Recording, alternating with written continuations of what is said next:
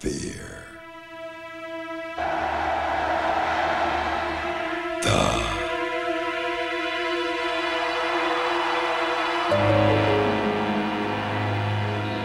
turtle. The early reviews are in. The Ralph Friedgen era in Maryland is a smash hit. Armed with the nation's leading rusher in Bruce Perry, the Terrapins are off to a 4-0 start and have cracked the top 25 for the first time in 6 years. Today, the ACC's top spot is on the line as interstate rival Virginia comes to College Park. The Cavaliers have owned the Terps, winning the last 9 games.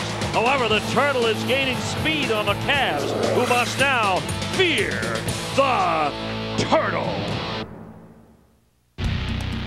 The Maryland Terrapins earlier this morning take their hallowed Terp walk toward Byrd Stadium here in College Park and greeted by many who showed up through the rain to tailgate and see this team. And welcome to Byrd Stadium, where Citgo presents ACC football. Today, the Virginia Cavaliers take on the 25th ranked Maryland Terrapins, and the battle is joined for the high ground in the ACC. These are the 2 remaining unbeatens, and they meet this afternoon. They're ahead of Florida State. They're ahead of Georgia Tech, at least for today. Good afternoon, everybody. I'm Steve Martin, and welcome to college football, ACC football style. Of course, we've all been touched by the tragedy of September 11th, but the pain is a little bit deeper here in Maryland. 2 weeks after the events of the World Trade Center and at the Pentagon, a tornado touched down in College Park and ripped apart parts of the campus. The indoor football stadium became the outdoor practice facility. And of course, it was at the cost of 2 student lives whose car was hurled up over a dormitory. You see the damage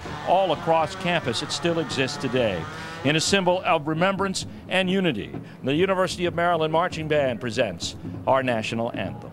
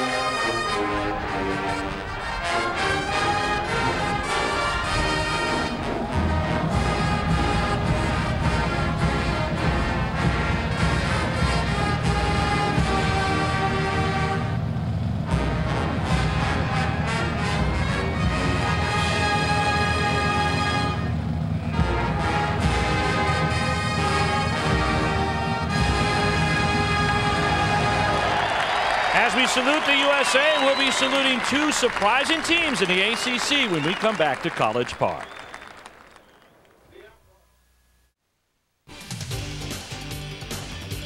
The Citgo ACC Game of the Week is being brought to you by Citgo. Your neighborhood Citgo is proud to support today's athletes. Citgo, we know you. By Ice House, you've got a style all your own. Ice House style. Enjoy. By Alltel. Alltel Total Freedom plans give you nationwide calling with no roaming or long-distance charges. By Geico Direct, the sensible alternative. By Choice Hotels International, the power of being there. Go. By Chevy, the cars you can depend on, the cars that last. Will be there. And by BB&T. BB&T, you can tell we want your business.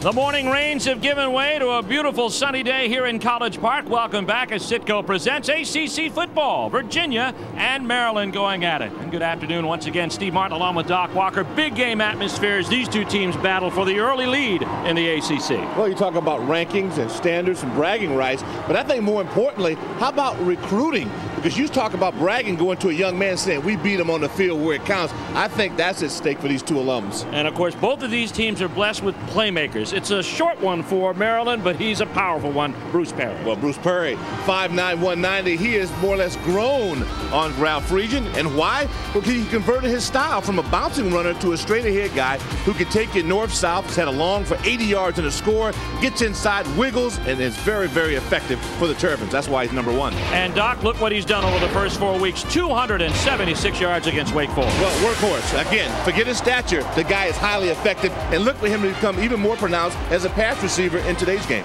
And of course, speaking of stature, there aren't many people out here bigger than Billy McMullen at 6'5", a playmaker for the Cavaliers. Well, McMullen is your dream receiver. He's a guy 6'4", 205 pounds, can run the underneath routes. He can take you deep, goes up here against Wisconsin between two defenders, makes the big play here in space, and more importantly against Clemson. Here's in Death Valley. Watch him go up, game winner. McMullen is a breaker, 25 receptions, 7 touchdowns, 2 touchdown receptions in 3 straight games. He's money.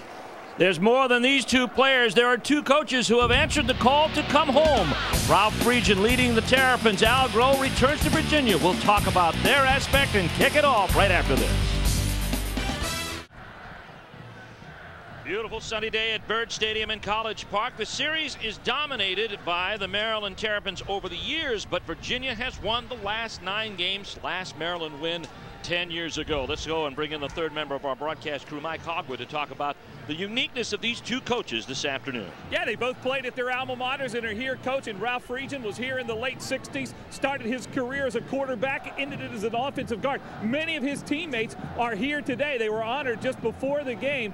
And on the other side, Al Groh, who says when you go to Charlottesville as a student, you're a part of the University of Virginia forever. And he's here to, he hopes, finish out his coaching career with the Cavaliers. Steve? Al Groh has been in the pros since 1989, head coach with a 3-1 record, and they have played 3 top 25 teams in their first 4 weeks of action. There's David Green as Virginia won the coin toss but deferred their option to the second half, and Rich Parson is back to receive for the Maryland Terrapins, and we are underway on a beautiful day, yet cool, in College Park. Parsons at the 2. Parson cutting outside, and he will be brought down by number 20. That is Shenard Newby, and it'll be 1st and 10 for the Maryland Terrapins as they come out to the 24-yard line. And bringing them out under center is going to be Sean Hill. And Hill, of course, for Parsons, Kansas, really hasn't gotten on track. Last couple of weeks, his percentage down 40 and 30% respectively. That's the one thing Coach Friedgen wants to do, get more consistency in the passing game. At the 24-yard line, Lynch and Dugan switch spots, and Perry is the lone setback at tailback for Maryland on 1st and 10. And here comes Perry, the NCAA's leading rusher, and he's wrapped up inside there very quickly by Raymond Mann, and also in on the lineup there as well, number 98, Monsanto Pope. Our Chevrolet starting lineups: Bruce Perry, 100 yards in 4 games. Lynch, Jillian Gary, Jafar Williams, and Jeff Dugan, his receivers.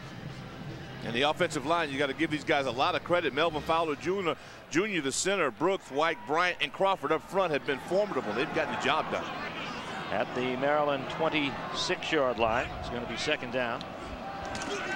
And Sean Hill to throw to the flats to Perry, and Perry has some running room out there. Jaton Evans is going to bring him down and drive him out of bounds at the 32. It's going to be a gain of 6 on the play and bring up 3rd down as we look at the Cavaliers defensive lineup. And this is one of your favorites, Lubomir Staminich, the defensive end. I love him. 11 career sacks. Monsanto Pope in there as well. And let's look at the backers. Hey, Crowell, number 1 in tackles. Those linebackers, man, you look at Robertson and Duckett, these guys are agile. Winborn, Evans again, and Robertson are all over the place. Following the lead of Shenard Newby, who has 2 interceptions, as you see. 3rd down coming for the Terrapins on their first possession, and the first possession of the day.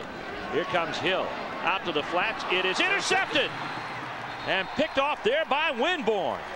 Virginia is tops in the ACC at preventing 3rd down conversions, and that time they just took the football away on an overthrown ball. The numbers don't lie. You talk about 27%. That defense is stingy, and this again is just a misread. Winborn's going, you got to be kidding me. The ball going on the outside, you missed the fullback, and just like that, this Cavalier defense has put the offense in a great position. in Maryland territory, in fact, at the 36-yard line.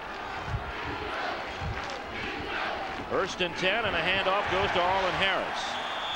Two good defenses digging in here early, and Harris gets stood up at the 36-yard line. And again, Chevrolet presents the starting lineups as you look at Bryson Spinner. He's the quarterback. His weapons in back of him. Arlen Harris, hampered by injuries earlier in his career, already has 300-plus yards rushing. And Routzen up front, he's a human steamroller at right guard. Jones, Woodson, Lawson, Bailey, that offensive line, nasty. Loss of a yard on this play makes it 2nd down and 11 at the 37-yard line. Spinner hands off, Harris in the open, and he's wrestled down, and that is going to be that was a wallop. Like Charles Hill. You bet. Charles Hill. As we look at the defensive lineup, Mike Whaley, 5 tackles for loss in that front 4, and he can go into the linebackers as well, and that's a good group. And Aaron Thompson, I mean, say more about him. Butkus Award candidate, gets all over the field. Monty Graves will be in for E.J. Henderson and Leon Joe. Now watch this. You talk about upfield movement by a defensive lineman, and then Thompson didn't give up the outside shoulder. That's a great play by an outside linebacker and Aaron Thompson. 3rd and 13 for the Cavaliers. Bryson Spinner. There's a blitz off the corner, and he won't escape. The corner blitz from Ty Stewart. And that's the 7th sack of a Virginia quarterback this season. Well, they gave Virginia a dose of their own medicine, as the Cavaliers love to put pressure on you with the outside guys. Spinner's a guy who you want to put pressure on. You want to force him out of the pocket. Great pursuit and acceleration by Ty Stewart. Now that brings on one of the best punters in the ACC, Mike Abrams. He's a senior from Aiken, South Carolina. There you see what he's done. He's 3rd in the ACC. That's a tough snap, and this one, though, will get inside the 20 and be fair caught, and that's Julian Gary picking it up at the 18-yard line. So an interesting first series for both teams. Defense is digging in. The big sack, the interception. And it's going to be 1st and 10 for Maryland at their own 19-yard line. Let's take a look at Doc's keys to the game. Well, stay balanced, and I think they tried to do that in the first possession. They were not efficient. Big plays early. You've got to keep Virginia out of that blitz package and, of course, contain Spinner. No score here as we bring the ball out at the 19-yard line with Maryland. 1st and 10.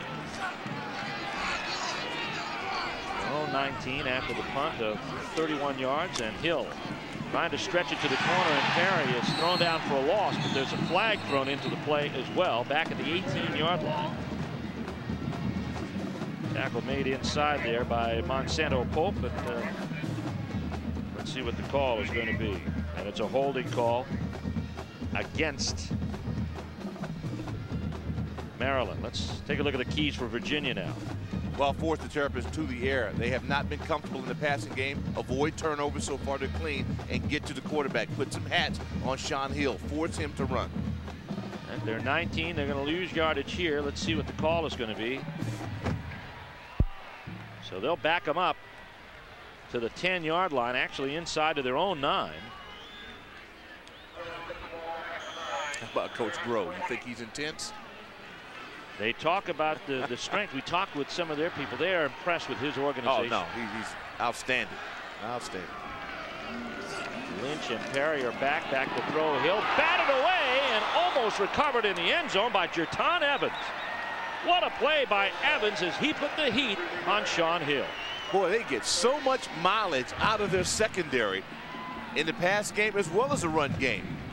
Some zone blitzing again. Hill, who tries to not give it away, turns late. I mean, that's just great athleticism. Nearly caught that for a score. So Virginia trying to box Maryland in its own end. 2nd down and 20. Hill on the option. Calls his own number, runs right into the grasp of Monsanto Pope, and gets himself a little running room out to the 14-yard line. Well, Staminich played that very, very well. In order to play the option, you have to be disciplined. And I believe that's Coach Groh's strength. I mean, those guys and Al Golden, their coordinator, they'll make sure they're where they're supposed to be, and you do your job and not try to do someone else. Well, 3rd down. Last time Maryland went to 3rd down, they picked it off. And this time, they'll go up against one of the top teams in the country on 3rd down stinginess. Rugged. The Virginia defense. It's 3rd down and 15.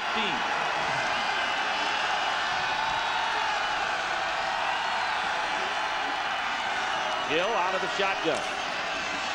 Looks left, wants Perry, overthrown. Timing has been a problem on Virginia's, or rather on Maryland's routes this season as they try to grasp the complexity of Ralph Friedgen's offensive. I like the idea for Coach Friedgen. Get the ball in the hands of a playmaker. But they've just not been able to get it going. That's where 5'9" was a disadvantage for Sean Hill. Got to get it down. Nice pass set. Just let it go a little high. You got to make that throw. Excellent punter for Maryland is Brooks Bernard. Bernard, a junior from Arnold, Maryland. He's averaging 45 a kick.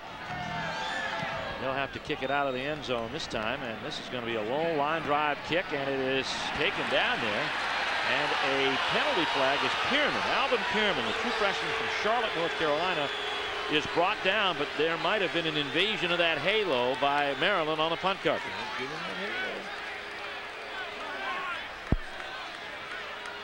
So the officials, Robin Wood is there, and he is making the call. He's the referee this afternoon.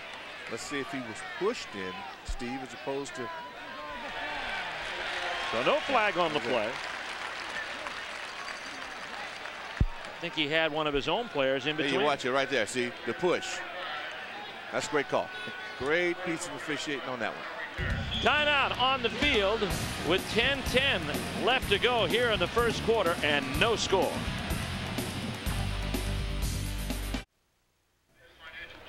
No score, first quarter, 5 minutes gone, or nearly that, here in the first quarter at Byrd Stadium. There's Bryson Spinner. He's a sophomore from Lorton, Virginia, getting most of the starts. We'll also see Matt Shaw before the afternoon is through. 1st and 10 from the 44. The handoff to Arlen Harris, and Harris zips right up right guard and gets to midfield, and it's probably going to be a gain of about 5 yards on the play. This is a day that has seen considerable clearing as you look at Harris.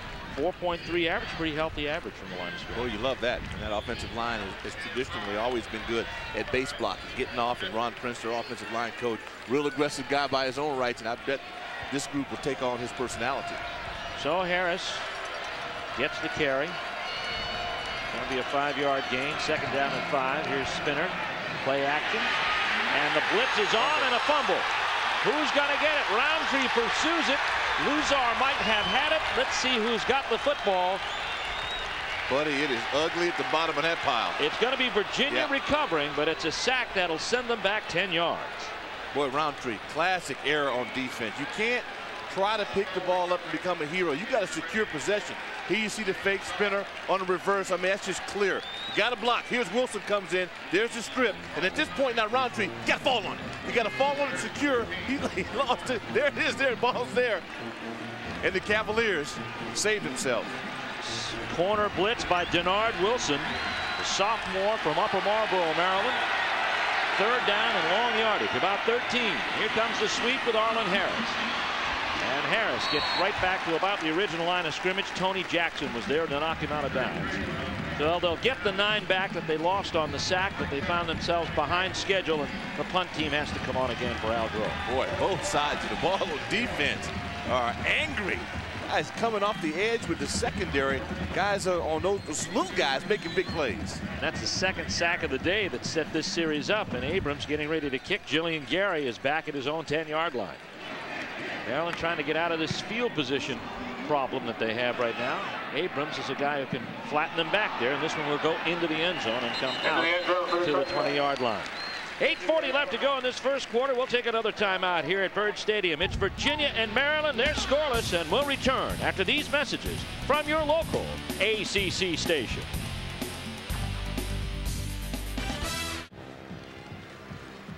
Welcome back to Byrd Stadium in College Park. Our Citgo ACC football presentation between Maryland and Virginia. As you look at the Maryland bench, and Sean Hill brings his team out to the 20-yard line.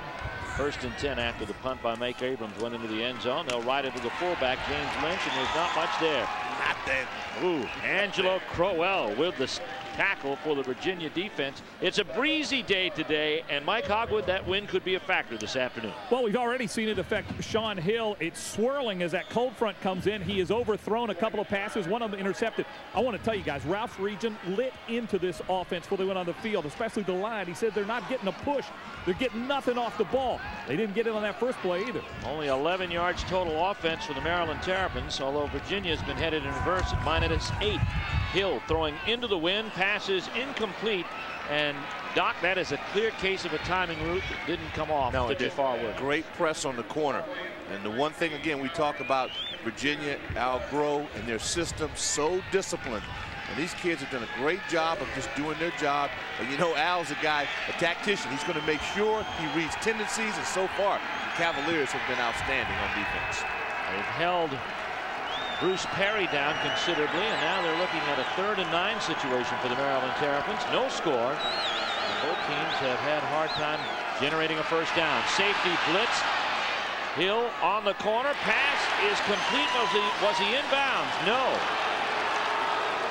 Jillian Gary caught the ball, but he was out of bounds. It would have been good for the first down at the 32. Instead, it comes back and it'll be a punt. Well, Coach Groh was officiating on this one as well. Again, corner fire. You get pressure on the edge. I mean, that time Newberry, and watch it. Looks a little close on the edge. Does he get him down? No, one is out. I think it's a good call. And back to punt for the second time today. Brooks Bernard had a 42-yarder the first time out.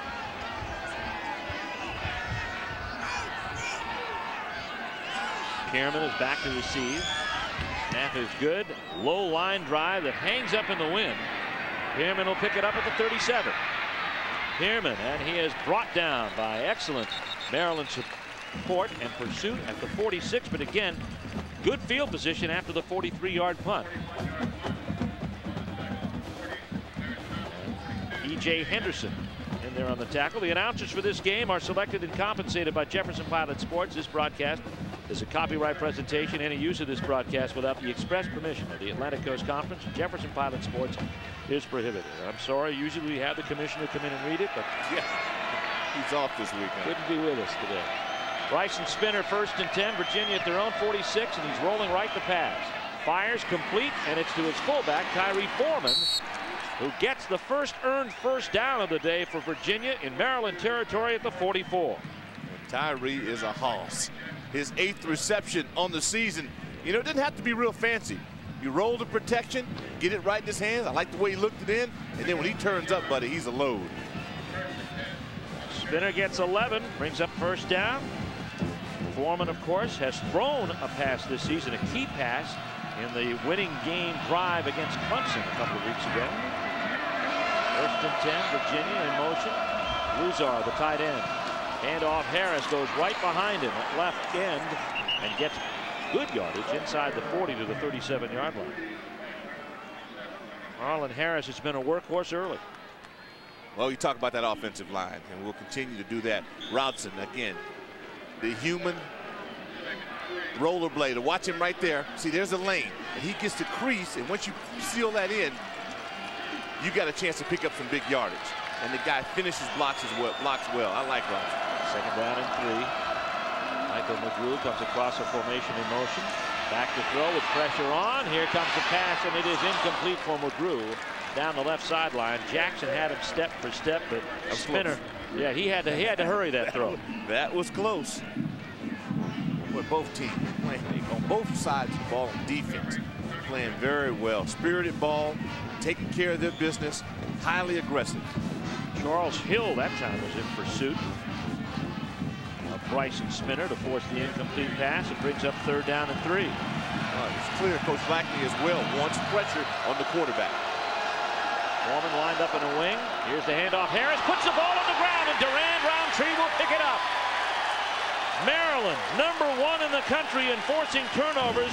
They picked up their first of the day, a fumble that gives them their best field position of the afternoon at the 45-yard line. Well, that keeps their percentage of +10. The crazy part about it is when they get the ball, they convert it in points. 35 points this season following turnovers. Is it the exchange? I don't think so. I think the ball was there. I think Harris just lost it. Sometimes you just don't get a feel, just don't get a grasp on it. That time Hill knew exactly what to do with the football. Roundtree with the recovery. Look at the turnover margin this season. 35 points, as Doc said, off turnovers, and they've got the ball in the best position they've had it all day, their own 41. Sean Hill, hand off Bruce Perry. Good block on the corner to shut down Jerton Evans, and he'll cut inside it and get 3 up to the 43-yard line. Perry's been a load for everybody this season. 276 yards against Wake Forest. There's Jaton Evans. Well, he did a great job on force. I mean, he's the reason they couldn't get outside. Talking about 5'11", 200-pounder, but he played like a giant on that play. 2nd down and 7 after the 3-yard gain. Maryland out to their own 43-yard line. Play action for Sean Hill. Looking downfield as a man open. Gary, and he is shot down as he caught the ball. Did he get it? No. Incomplete. Gary, and what a play.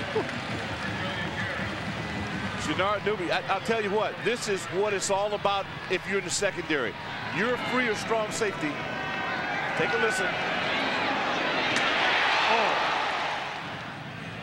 Shenard Newby in on the play, knocked Gary, separated him from the ball. Incompleted pass, and it's going to be 3rd down and 7.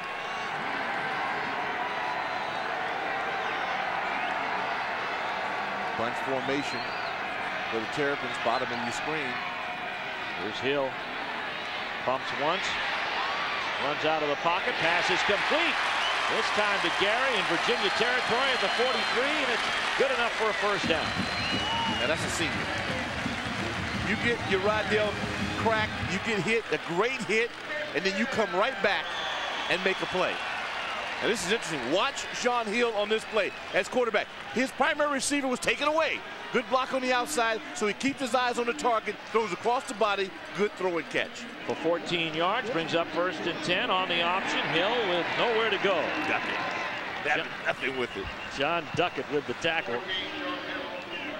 And Duckett has worked hard to make himself eligible to play football again from Lexington Park, Maryland, and he's back in the lineup and one of the top tacklers at 36 tackles, 1 for loss, and that one was for no gain. I believe they're happy to have it. Yes, they are. And he just showed you why. 2nd down and 9. Hill to throw.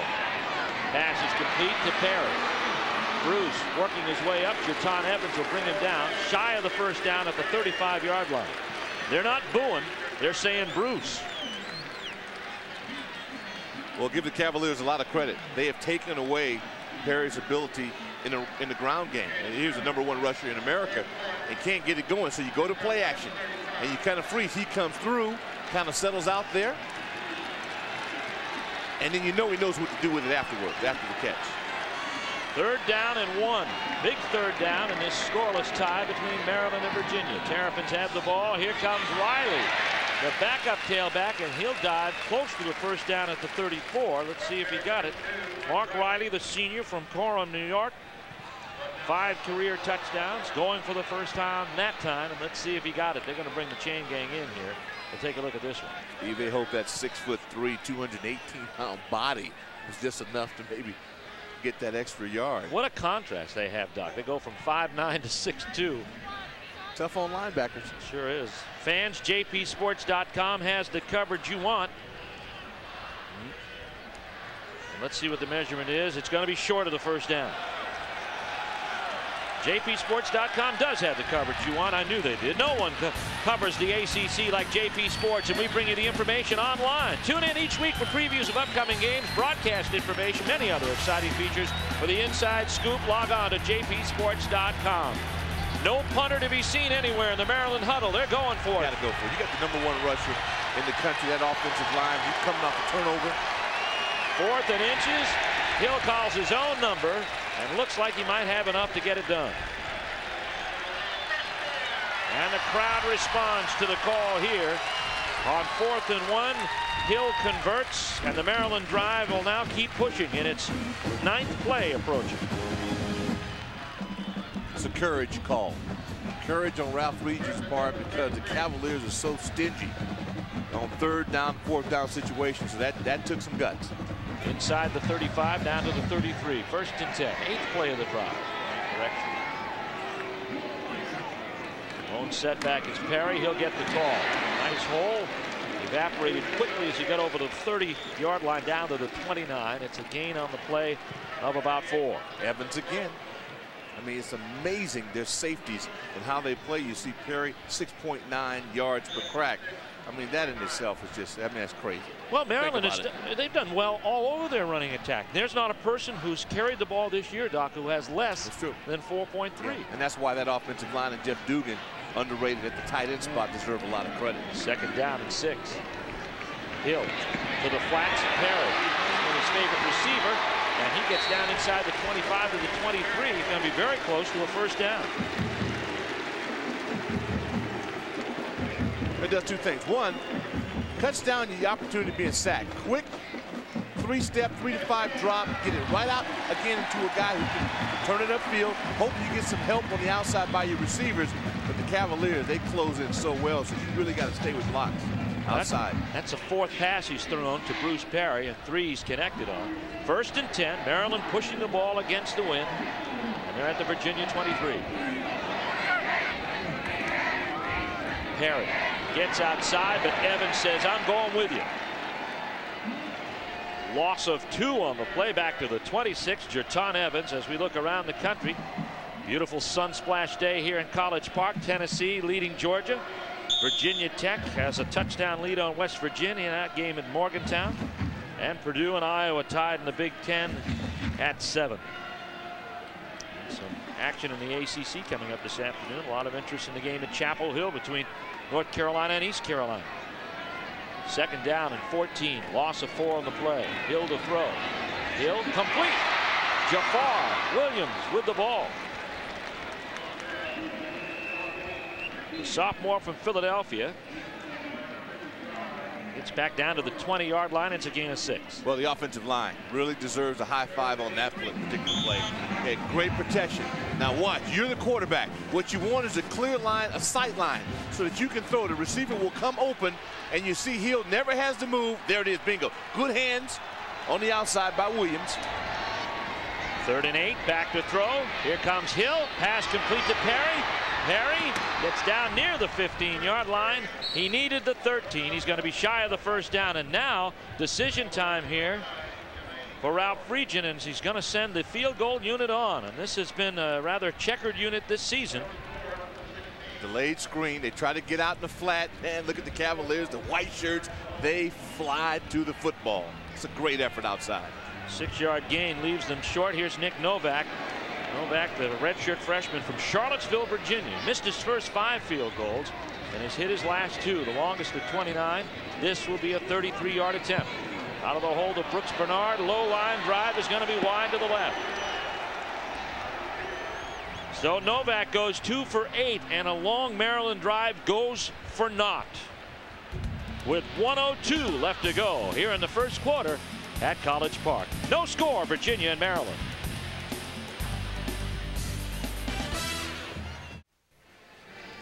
Coming up next week, it's the Textile Bowl, as they call it, from Raleigh's Carter Finley Stadium. The 19th-ranked Clemson Tigers take on the Wolfpack of NC State. Check your local listings for Jefferson Pilot Sports and Citgo's presentation of ACC football. Dantzler. Oh, whew. That's going to be wild. Dantzler, Phillip Rivers. Do we have enough talent at quarterback in that one? Oh, NC State, they'll bounce back. It'll be wild. We got a big game today with Wake Forest. Bryson Spinner on 1st and 10. The pass is complete to Tyree Foreman, who steps out of bounds 3 yards upfield at the 23. And that's the 2nd time he's tabbed his fullback out of the backfield. Lack of fullback, a guy you can count on. Now the question is, did he have possession on this? We watch Spinner again, likes to roll right. The key will be, did the big fella have possession? You take a look, still bobbling. Nope. I don't think he had possession. Good call. Incomplete. Goes out of bounds, brings up 2nd down and 10. Defenses have taken over, although Maryland drove deep into Virginia territory before missing a field goal. Handoff now goes off to Pearman, the true freshman. And he gets up over the 25-yard line and gets out to the 27-yard line. Nice gain of 7, brings up 3rd down. Let's send you to the sidelines with Mike Hogwood. Well, as they try to replace the injured Antoine Womack, one of the guys who's getting the playing time is Alvin Pearman, who is now in the game on his 1st series, the freshman out of Charlotte Country Day. They really like some of the explosiveness that he has and some of the things he can do. Al Groh told us yesterday that he would see a lot of playing time in this game. And that nice gain's going to be erased, Doc, by a holding penalty. But it was still some Tiki Barber-like moves. Yeah, you made 4 people miss in that little short run. So the penalty negates the play as Robin Wood makes the call, and it sends Virginia back now to 2nd and 10 from the 20.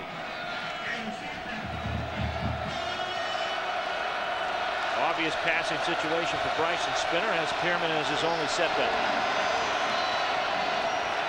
Billy McMullen has not caught a pass this afternoon. Open backfield, Spinner pass through McMullen's hands and out of bounds. There was another receiver there as well for Virginia. Ottawa Anderson went through his hands too. He was flying. I mean, we talked about the win. Mike Hogwood gave us his sideline accountability about the win. I know that's just a rocket ship. I don't know if McMullen, he probably went in and thought, is this to me? Yeah. And just for that moment of doubt in there, might have thought it was intended for Anderson. And yeah, Anderson thought the same thing. He probably could have made a catch. He said, oh, wow, what was my call?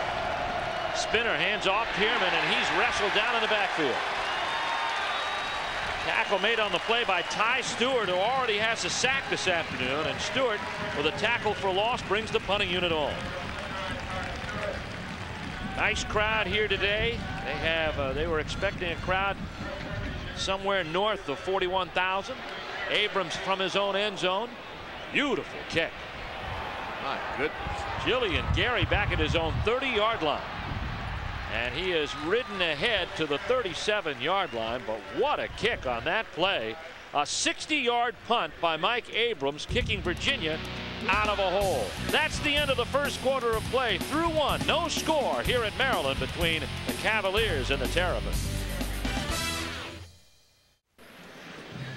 Citgo presents ACC football as we start the second quarter. Virginia and Maryland a scoreless first. The Maryland Terrapins had the deepest drive of the day, and now they're getting ready for their 4th possession of the afternoon. Steve Martin, Doc Walker, and Mike Hogwood here at College Park this afternoon. A beautiful sunny day in the upper 50s with a breeze at the back of Shawn Hill right now. Virginia has Stanley, Staminich, and Sanders as their front three. They play a 3-4 alignment. First and 10, Maryland from their own 36-yard line. Hill on the option. It goes to Perry on the pitch to the corner. Perry gets some big yardage and a big play for the Maryland Terrapins. Jerton Evans will bring him down at the Virginia 19-yard line.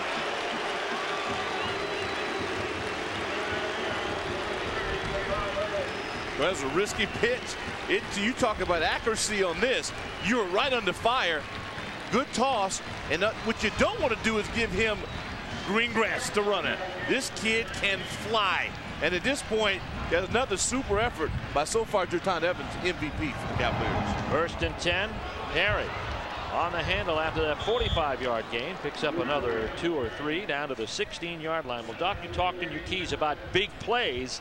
And that is the big play that Maryland had hoped to get early. As we take a look at our first quarter stats, rushing yards, not much. That's not counting that 45-yard gain. That's a killer. Perry has been the leading receiver of the afternoon, the leading playmaker for the Maryland Terrapins. We're looking at 2nd down and 8.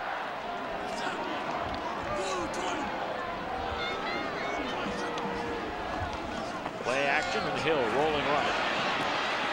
Big rush is on, and he'll take it inside the 9-yard line and very close to another 1st down.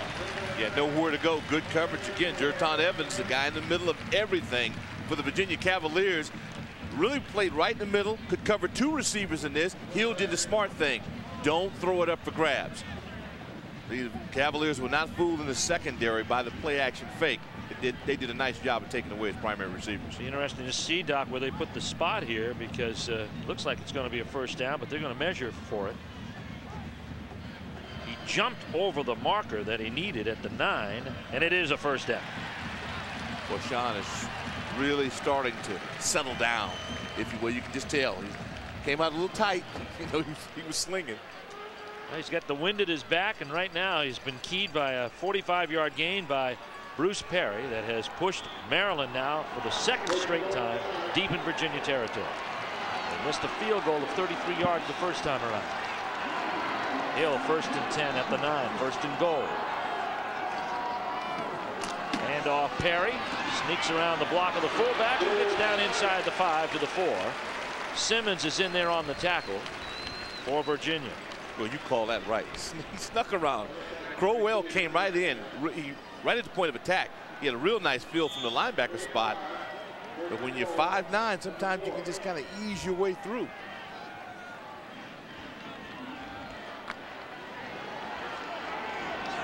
Second down and goal from the 4-yard line. Gary is split wide to the top. Lynch and Perry stacked in the eye. Here comes the option. Hill sees an opening to the end zone. Touchdown, Maryland.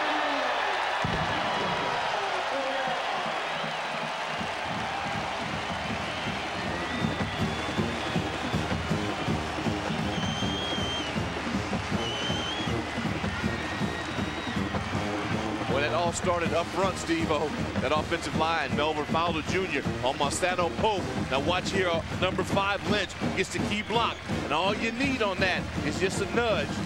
And Sean Hill getting it done. Novak in for the point after try out of the hold of Brooks Bernard, and he hits this one. So the Maryland Terrapins drive from their own 36. The key play, a 45-yard gain by Bruce Perry. And Hill takes it into the end zone for the touchdown. Maryland up 7-0. Maryland strikes first. The Sean Hill 4-yard touchdown run. And there's Hill. That's his 3rd rushing touchdown of the season as he talks things over with the Maryland coaching staff. It wasn't much a long drive in terms of time. 5 plays, 64 yards. The 4-yard run by Hill, but it was the 45-yard gain by Bruce Perry. Pushed them downfield. Pearman caught back in his own end zone and knows enough that the momentum is going to make him take it out up to the 20-yard line. So now let's see what Al Groh and Virginia have offensively, as they'll bring out probably a new quarterback. Matt Schaub is going to come out under center. Schaub is a sophomore from Westchester, Pennsylvania. He's 21 out of 40 on the season. 52% of his passes. He's thrown 2 touchdown passes. He's got the size. Big guy. Averaging 4 yards a crack. They just need a spark. Hand off now, Arlen Harris. Last time he touched the ball, he fumbled. And he is driven back at the 22-yard line for a gain of about 2. Steve, the other thing you pointed out earlier, McMullen. You have a guy who we featured in our open. He's playmaking. You've got to find a way to get the ball in his hands. He hasn't so far yet. At halftime, we'll be taking a look at the All-Tel halftime stats, so stay with us. And the big stat on the scoreboard is Sean Hill's touchdown to put Maryland on top here as we move through the second quarter. 2nd down and 8 for Virginia. Schaub back to throw, has a man open. It is complete to his tight end, Luzar. Chris Luzar, co-captain, 5th-year senior from Williamsburg, Virginia. Most productive play from scrimmage for the Cavaliers this afternoon. Moves them out to the 37-yard line on a 16-yard gain. Yeah, that's the way to use your weapons. Good pass pro. I mean, he has all day. Big targeted, 6'7", 255 pounds. I mean, that's a physical mismatch. 1st and 10 at the 37. Hand off Harris, and he's met by Tony Jackson. Tony Jackson, among others. Leon Joe, the weak side linebacker, sophomore from Clinton, Maryland. And there's Jackson, the veteran from Ellicott City, Maryland. Poor T. Jackson, watch him squeeze it down. And you love that. Come inside as red shirts. I mean, both teams on defense have just had that swarm to the ball approach, have been highly effective. Good penetration on the play, too, by the tackle Charles Hill. Outstanding safety, 3 interceptions, plays the run well. Loss of a yard on the play. Back to the 36. Luzar in motion. 3 wide outs, strong to the right. Foreman, nothing going. First hit by E.J. Henderson and finished off by Leon Joe and Mike Whaley. E.J. must have been in on the huddle call on that play. Looked like not much of a gain on the play, and Al Groh looking for less predictable down and distance here. He's looking at 3rd and long. Virginia has not converted well on 3rd down thus far this afternoon. No, Maryland will have to blitz in order to get some pressure on the quarterback. 3rd and 11. Schaub to throw. Looking for McMullen. He rises up, and then the defense by Okanlawan prevented the completion. Well, for a corner, it just doesn't get any better than that. At 5'11", 183 pounds, Okanlawan up for the challenge against the playmaker, Billy McMullen. Great play by Okanlawan, who is tied with Tony Jackson for interceptions in the ACC with 3.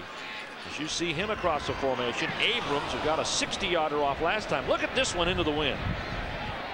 Gary with the fair catch to the knees at the 15-yard line. It's a 48-yard punt in the teeth of a 15-mile-an-hour wind. Timeout on the field with Maryland up 7-0, and they'll get the ball back when we return after these messages from your local ACC station. Welcome back to College Park. Steve Martin, Doc Walker, Mike Hogwood. Maryland with the ball at their own 15-yard line. Sean Hill under center. Play action. Rolls out to the right. Nice pass is complete to his tight end, Dugan. And Dugan is close to a first down. He's got it at the 26-yard line. And that's the 6th straight completion by Sean Hill. Well, it opens up the running game. I like the action on this play. A little bit of a waggle. You fake the dot. You allow the tight end to come across. Gets wide open. Again, both tight ends showing they can catch it. And Hill started 1 for 7, 5 yards and an interception. Since then, 6 for 6, and he's opened up the running game. 1st and 10 at his own 28-yard line. Hill has plenty of time. Pass to Perry. Eludes one tackler. Raymond Mann will knock him out of bounds.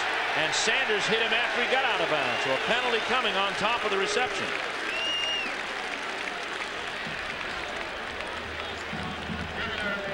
Yeah, he's down. You don't want that. That was a vicious hit at the end. You know, Evans and company, those guys come after you. And he's still down. He's down, yeah. He got hit. Gain of 5 on the play, plus the penalty. When you go out of bounds in your mind, he may have assumed he was out. Maybe he relaxed a bit, and then the hatchet hit. A little late on the pass. I mean, he was open early. Nice spin. And then at that point, he's out. Oh, yeah. Jaton Evans delivered the hit. That's the hammer. So it's a personal foul, 15 yards. Watch this again. He's definitely out of bounds. Oh, yeah. He's out. And then and the hammer hits all the time. I mean, he's not a guy that's a cheap shot artist. I mean, here's a guy, great football player. But that one, he's late. And he hit him on the shoulder. Didn't really see the head trauma on that, but I mean, I didn't feel it. We're sitting up here watching it. They're looking him over right in the area of the Virginia bench. He still hasn't moved. There's Jaton Evans. And here comes Bruce Perry, and listen to the crowd. Now he wants to come on and play. They've already got a replacement for him, so he has to hang out on the Virginia sidelines. Al Groh just went over and tapped him on the helmet. Class act. Here's Sean Hill. Winded his back for Williams. There's pushing and shoving, and a flag down there at the Virginia 20-yard line. Covering on the play, Rashad Roberson, and it looks like an interference penalty coming up against Virginia. A lot of hands going on. I always feel on the defensive pass that once that ball's in flight, that corner has just as much right as the receiver, but you can't have the contact. Great work.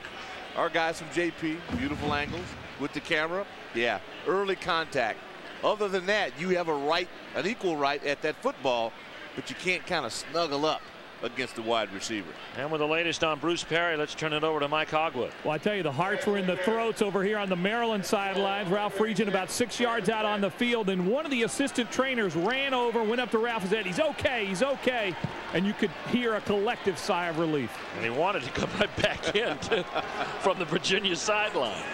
But Mark Riley's in there for him right now on 1st and 10 after the penalty to the Virginia 36. The pass is complete, but a flag down on the play. And this may not have escaped the play clock.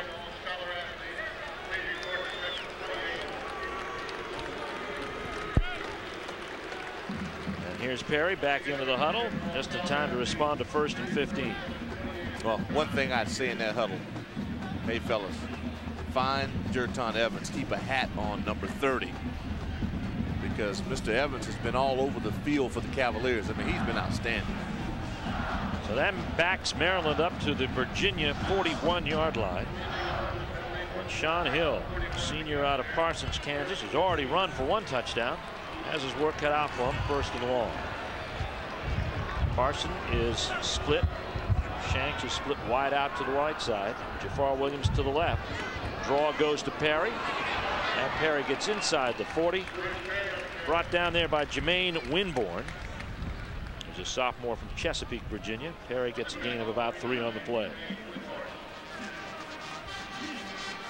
And there's the rushing yardage. A lot of that to Bruce Perry. 45 yards in 1 play. 79 for the day. But Sean Hill opening things up in the air helped the ground game get going. Yeah, balance was the key. One of the things we tried to point out in our open. 2nd down and 12. Perry with 9 carries and 59 yards. Here's the pass to Perry again. It's his 7th reception of the day. Perry has a 1st down. Perry may have more. Driven out of bounds by Shenard Newby inside the 10 and the 8-yard line. My goodness.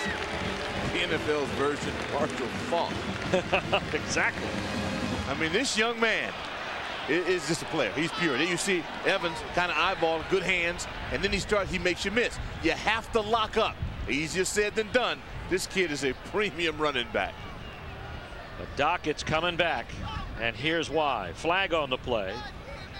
Robin Wood coming out to tell us all.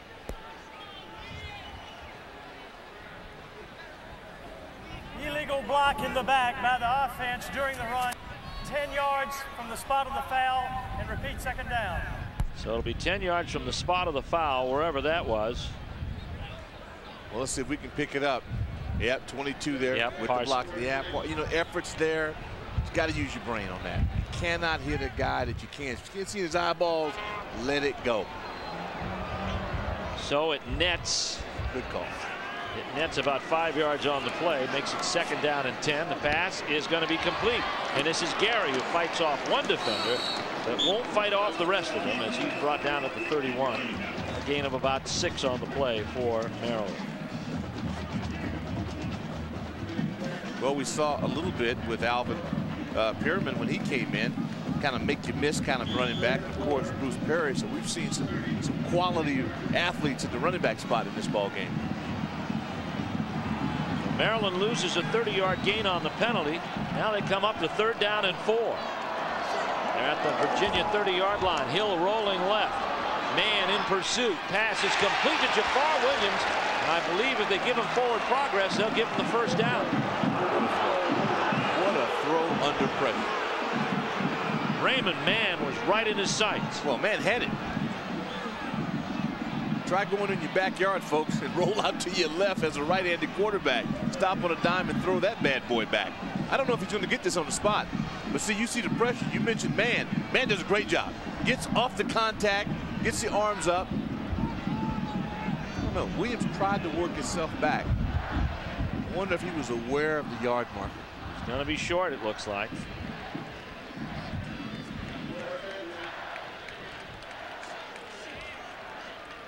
Bring in your steak eaters.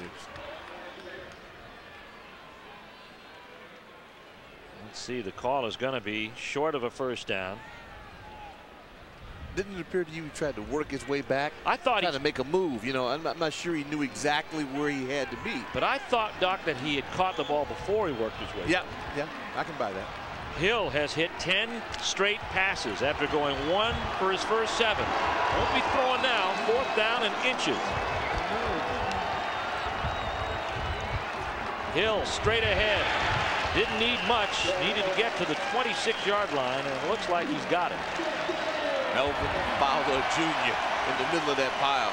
When you get a center like Fowler, cat quick, strong as an ox, that's a good call. You follow big number 67. Started 37 consecutive games, and he led the way for Sean Hill, who's already scored today.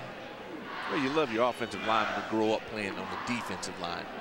Then you know that they can handle those short yardage situations. But he was converted in his first season because Maryland had 2 injuries to their centers. Here's the pitch. Perry on the corner.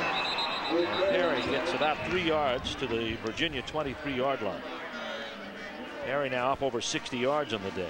Again, Raymond Mann, outside backer for the Cavaliers, makes it very difficult to get on his corner. These guys get off blocks well.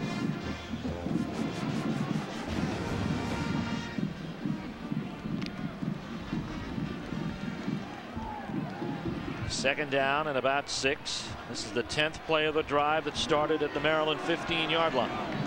Hill back to throw, pass complete to Perry.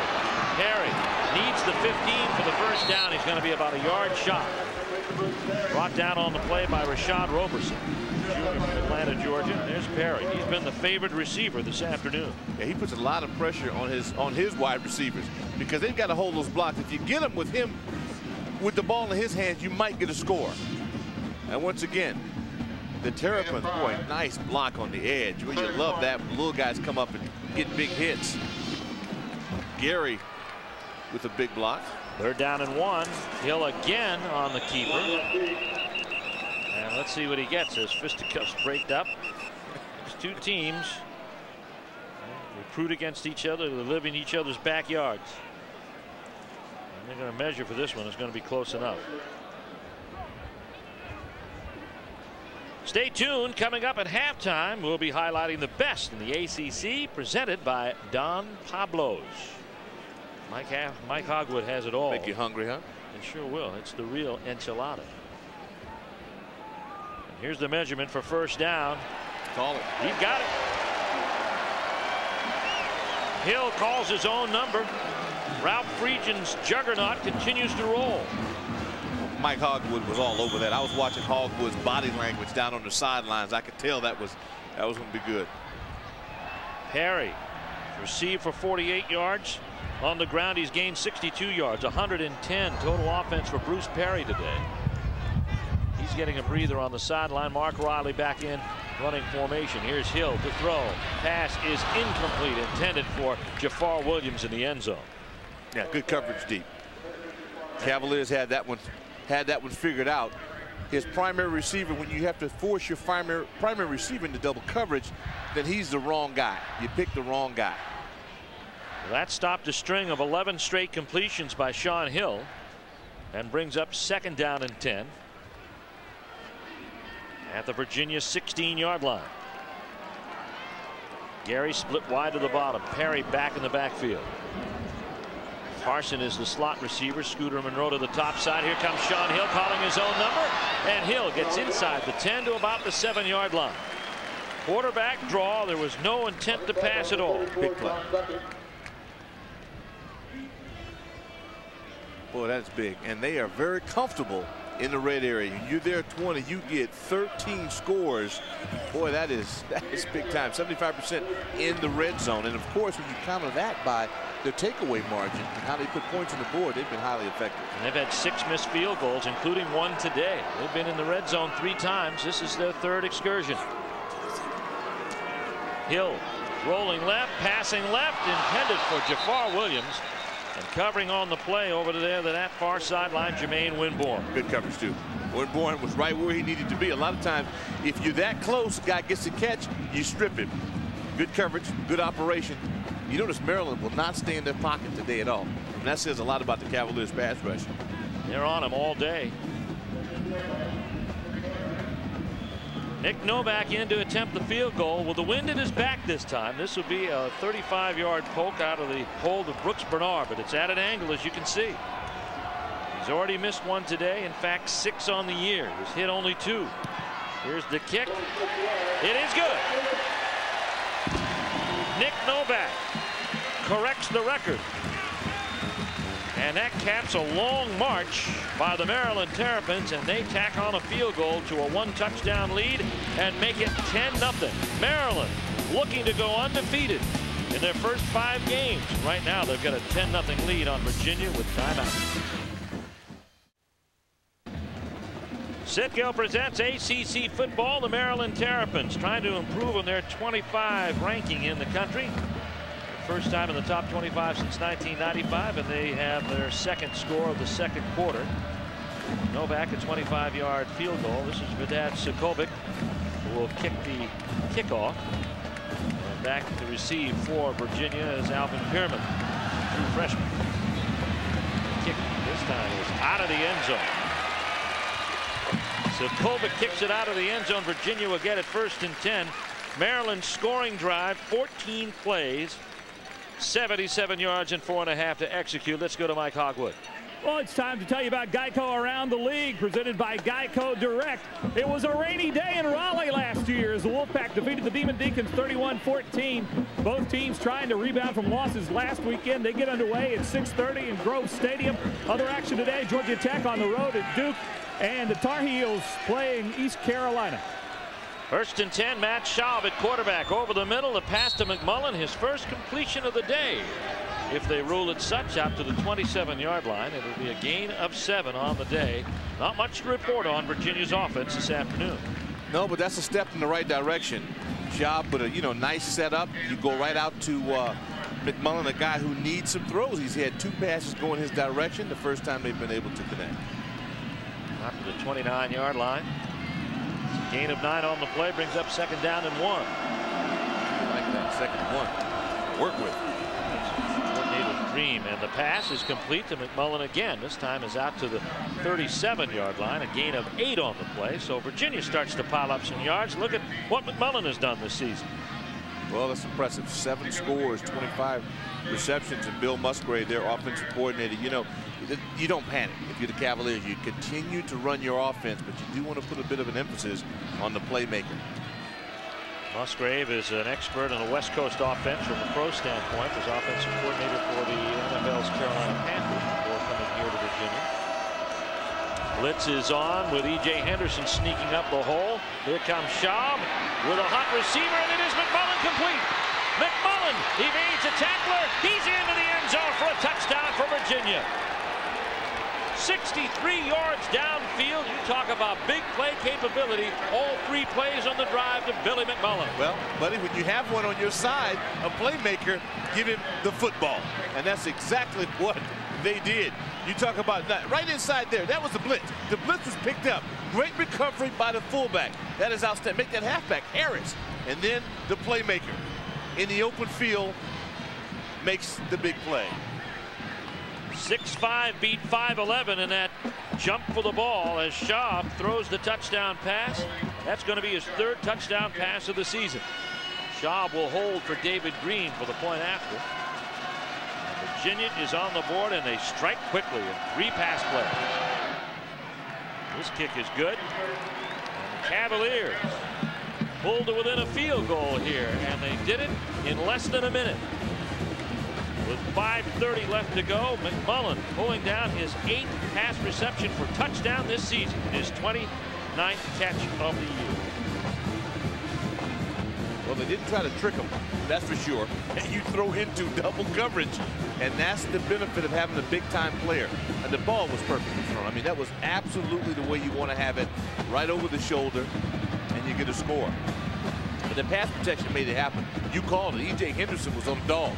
They were able to pick it up, lost him, the left guard, and then, of course, had some help by Harris, the running back. He went into that end zone, and Al Groh breathing a little bit easier right now. His team is on the board. He's talked about the 2-quarterback situation. The press has tried to make it into a controversy. I think he would be very happy to play both quarterbacks. He'd like to have one nose ahead of the other, but if they don't, he'll give them both time, and going to Matt Schaub paid off that one. You're lucky if you have 2 guys in a big-time football program that can get under center and move your offense. It's all about winning. It's not about the ego of who's the guy who's the starter. It's not who starts, it's who finishes.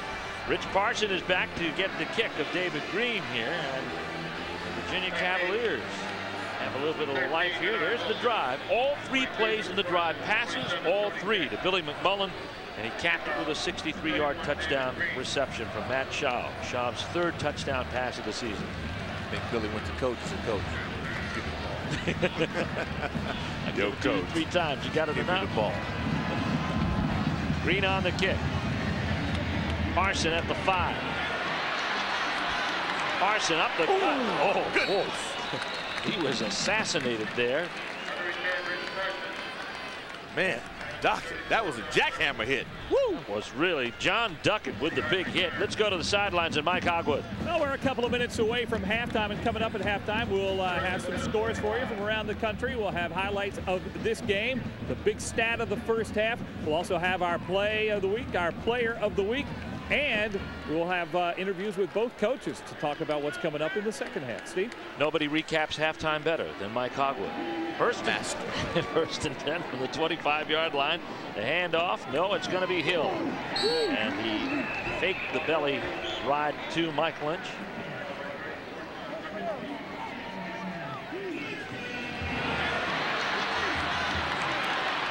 Boy, it takes a lot of courage to be on kickoff team. John Duckett, 34 for the Cavaliers, just threw his body in that pile. Then comes back and makes the first play on defense.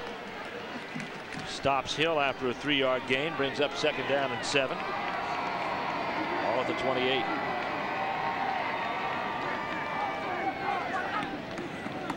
Handoff, Perry. And Monsanto Pope is there to meet him right at the 30-yard line.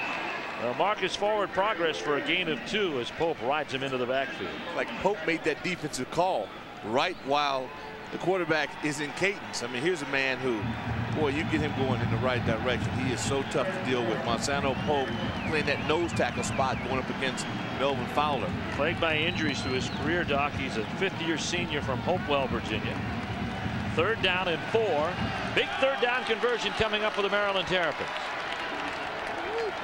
They've dominated the statistics and the time of possession in this first half, and now there might have been movement by Todd Wyke on the left side of that formation, and Monsanto Pope made sure he responded to it and got across the line of scrimmage. Yeah, he moved.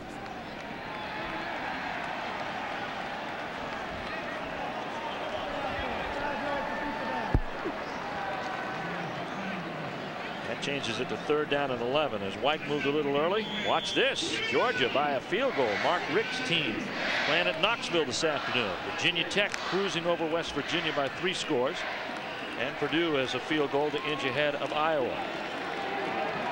K-State and Colorado going at it.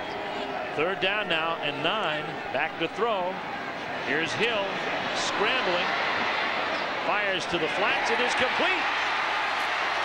And that's Scooter Monroe with his first reception of the day, and it's good enough for the first down at the Maryland 43-yard line.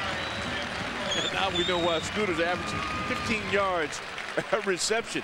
I mean, not a lot, but he makes timely picks. You got to give Hill a lot of credit. Cavaliers apply a lot of pressure.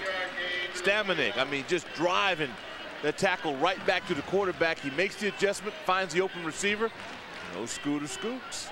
Scooter Monroe, talked about by offensive coordinator Charlie Tapp, as their effort receiver. He made a great effort that time. Bruce Perry gets inside the tackle and moves up toward the 50-yard line, brought down by Crowell and Roberson.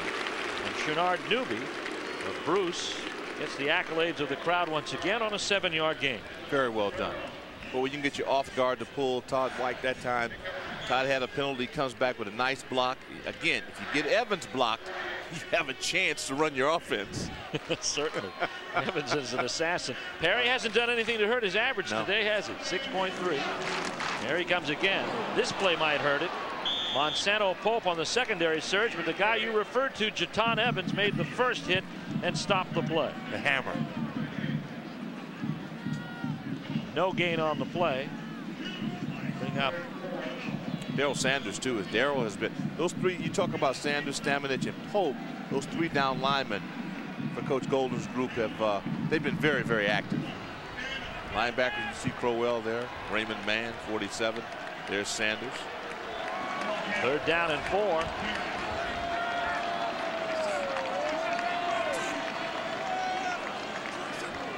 Sean Hill back to throw with play action. Sprints to the corner, has Gary complete. Jillian Gary in a foot race. Touchdown, Maryland.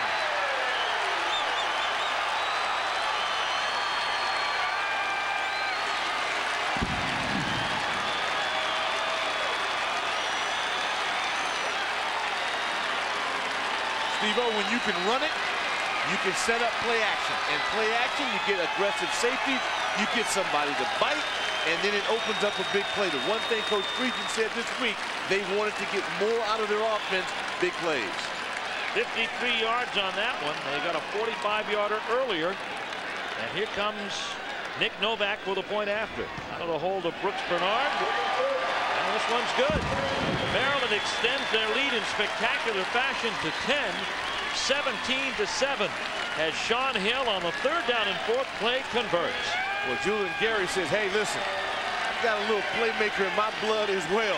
Give me a shot at it. That play action fake, Julian across the field, get the catch, break the tackle, and get the score.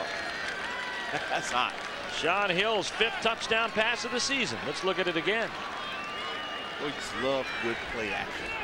What it does to the rush, the backers, the safeties, it opens doors. And Sean Hill's antics on the ground, including a 4-yard touchdown run today, opens that up for him. A lot of balance. That's a dangerous unit with this balance. That's the longest pass play of the season for the Maryland Terrapins. Julian Gary with his 10th career touchdown reception, and it gives Maryland a 10-point lead, 17-7, with under 2 to play here in the first half. And more cause for concern for Al Groh and his defense. Well, when you answer a big play, score, and you come back, your offense can come back and bail your defense out, man. That's a mark of an excellent team. Guys who understand, they get it. Cavaliers came out, took a knock, said, hey, we're going to get on the board. They had 3 great plays. They proved that. You come back, you answer it. I can't wait to watch Virginia with the football. Well, last week we told you that one of our own, Terry DeCarlos, was feeling a little bit under the weather. Proud to tell you Terry's at home and resting comfortably. T-Bone, we want you to get well soon and get back with us here on the road. Here comes the kick. Silkovic's kick, this time somewhat short. Pearman will pick it up and turn the corner with 1 to beat out there. Fortunately for Maryland, they were able to slow him down. And the stop is made primarily by number 29. That's Ty Stewart. 28-yard return. Pearman's quick. That kid has quicks. A flag down on the play, however, will take over the return. During the return, holding on the receiving team. 10 yards from the spot of the foul, it will be a first down. That kills your offense. Sure does. Kerwin Brown, their special teams coach for the Cavaliers, great teams player in the NFL. Coming up next week, the 19th ranked Clemson Tigers take on the Wolfpack of NC State from Carter Finley at 12 noon Saturday. You want to talk playmakers? How about Woodrow Dantzler and Phillip Rivers? And there are others. Raymond Robinson of the NC State Wolfpack. And the first 5 possessions, 22 yards. Last possession, 80 yards, all in the hands of Billy McMullen, including a 63-yard touchdown reception. Well, that should open things up now. Michael McGrew is a guy that Luzar has also shown he can get open. Virginia back up to its 15 on 1st and 10. They'll hand it off to Arlen Harris, and he is thrown down by Leon Joe. He got kind of angry. Yes, he did. Gain of 1 on the play, and that's it.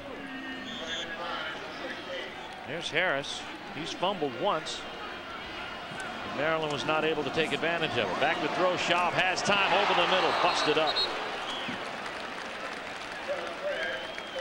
And the pass was intended for Tavon Mason, junior from Baltimore, Maryland. Mason got hammered right over the middle. It's incomplete. Well, they went quick count. And you try to take advantage of that. And they had Maryland appeared to be a bit confused, but they couldn't pull the play off. 3rd down and 9 now for Virginia. Virginia has been in a bunch of 3rd and longs today.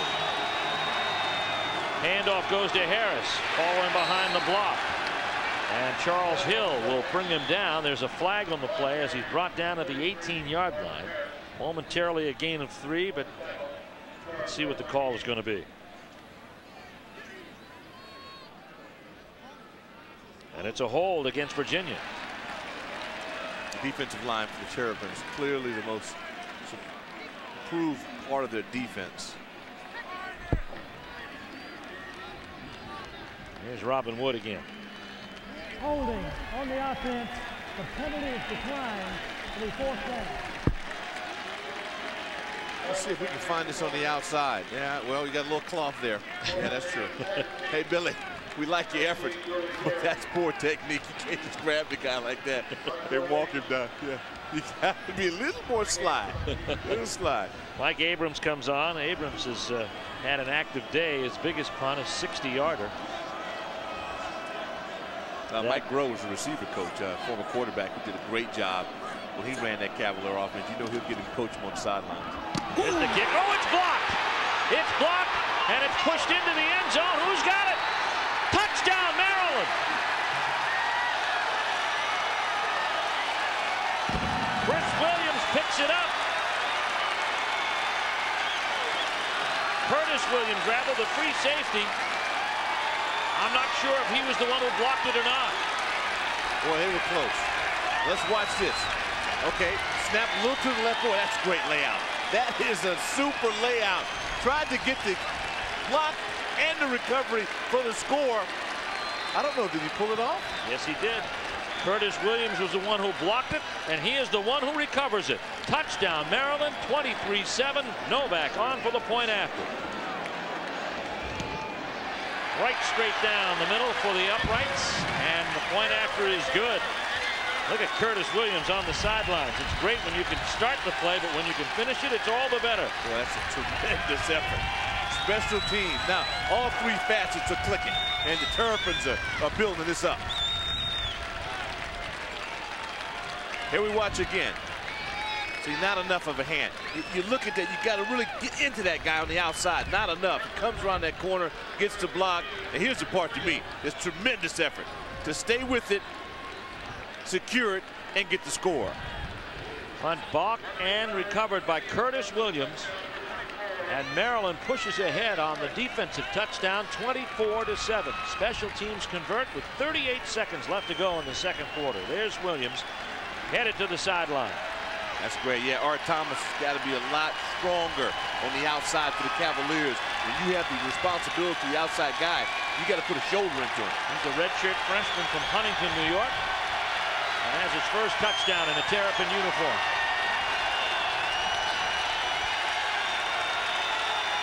Maryland hasn't started a season 5-0 since 1978. They finished 9-4 in that season.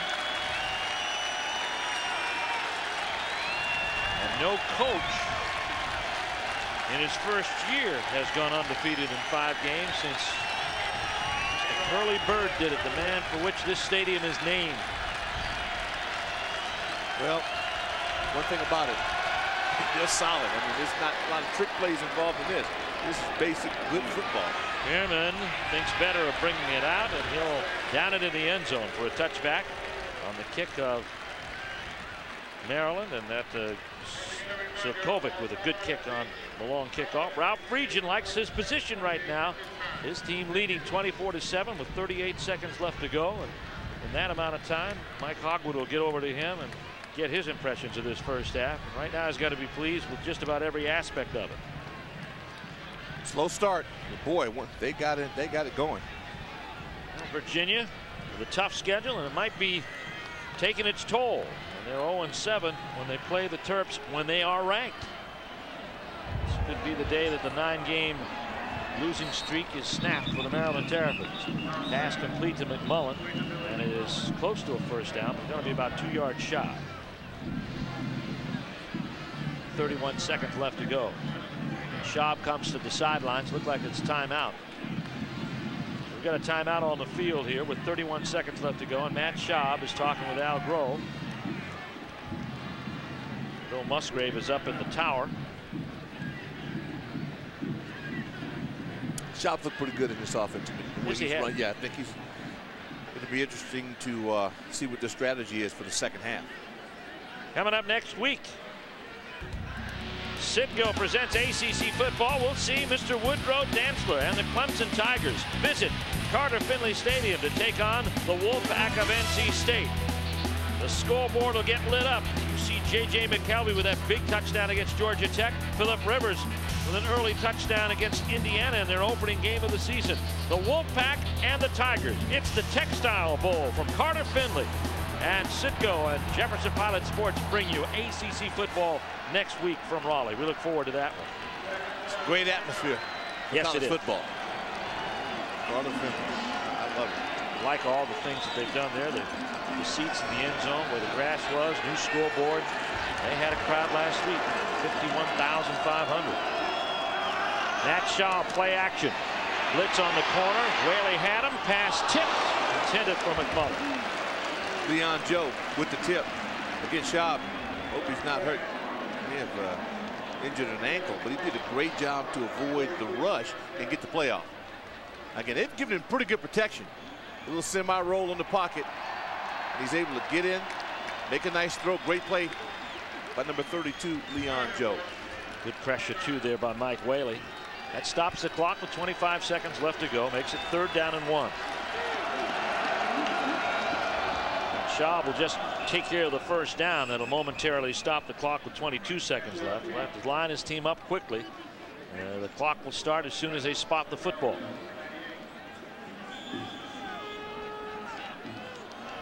First and 10. And Schaub will automatically down the ball to stop the clock.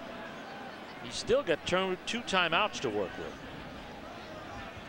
He also has McMullen to send deep and take a shot at it. I mean, I like my odds in the deep throw with Billy McMullen with a jump ball. 18 seconds left to go and 2 timeouts remaining for Virginia here in the first half. Maryland leading 24-7. Touchdowns by Sean Hill and Julian Gary, and Curtis Williams recovering a blocked punt. Here's the pass. It is complete. That's Tavon Mason short of the first down.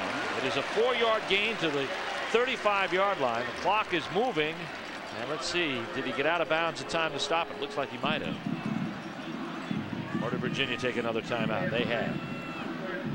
So it's a timeout for the Virginia Cavaliers. They are down to their final timeout. Look at this.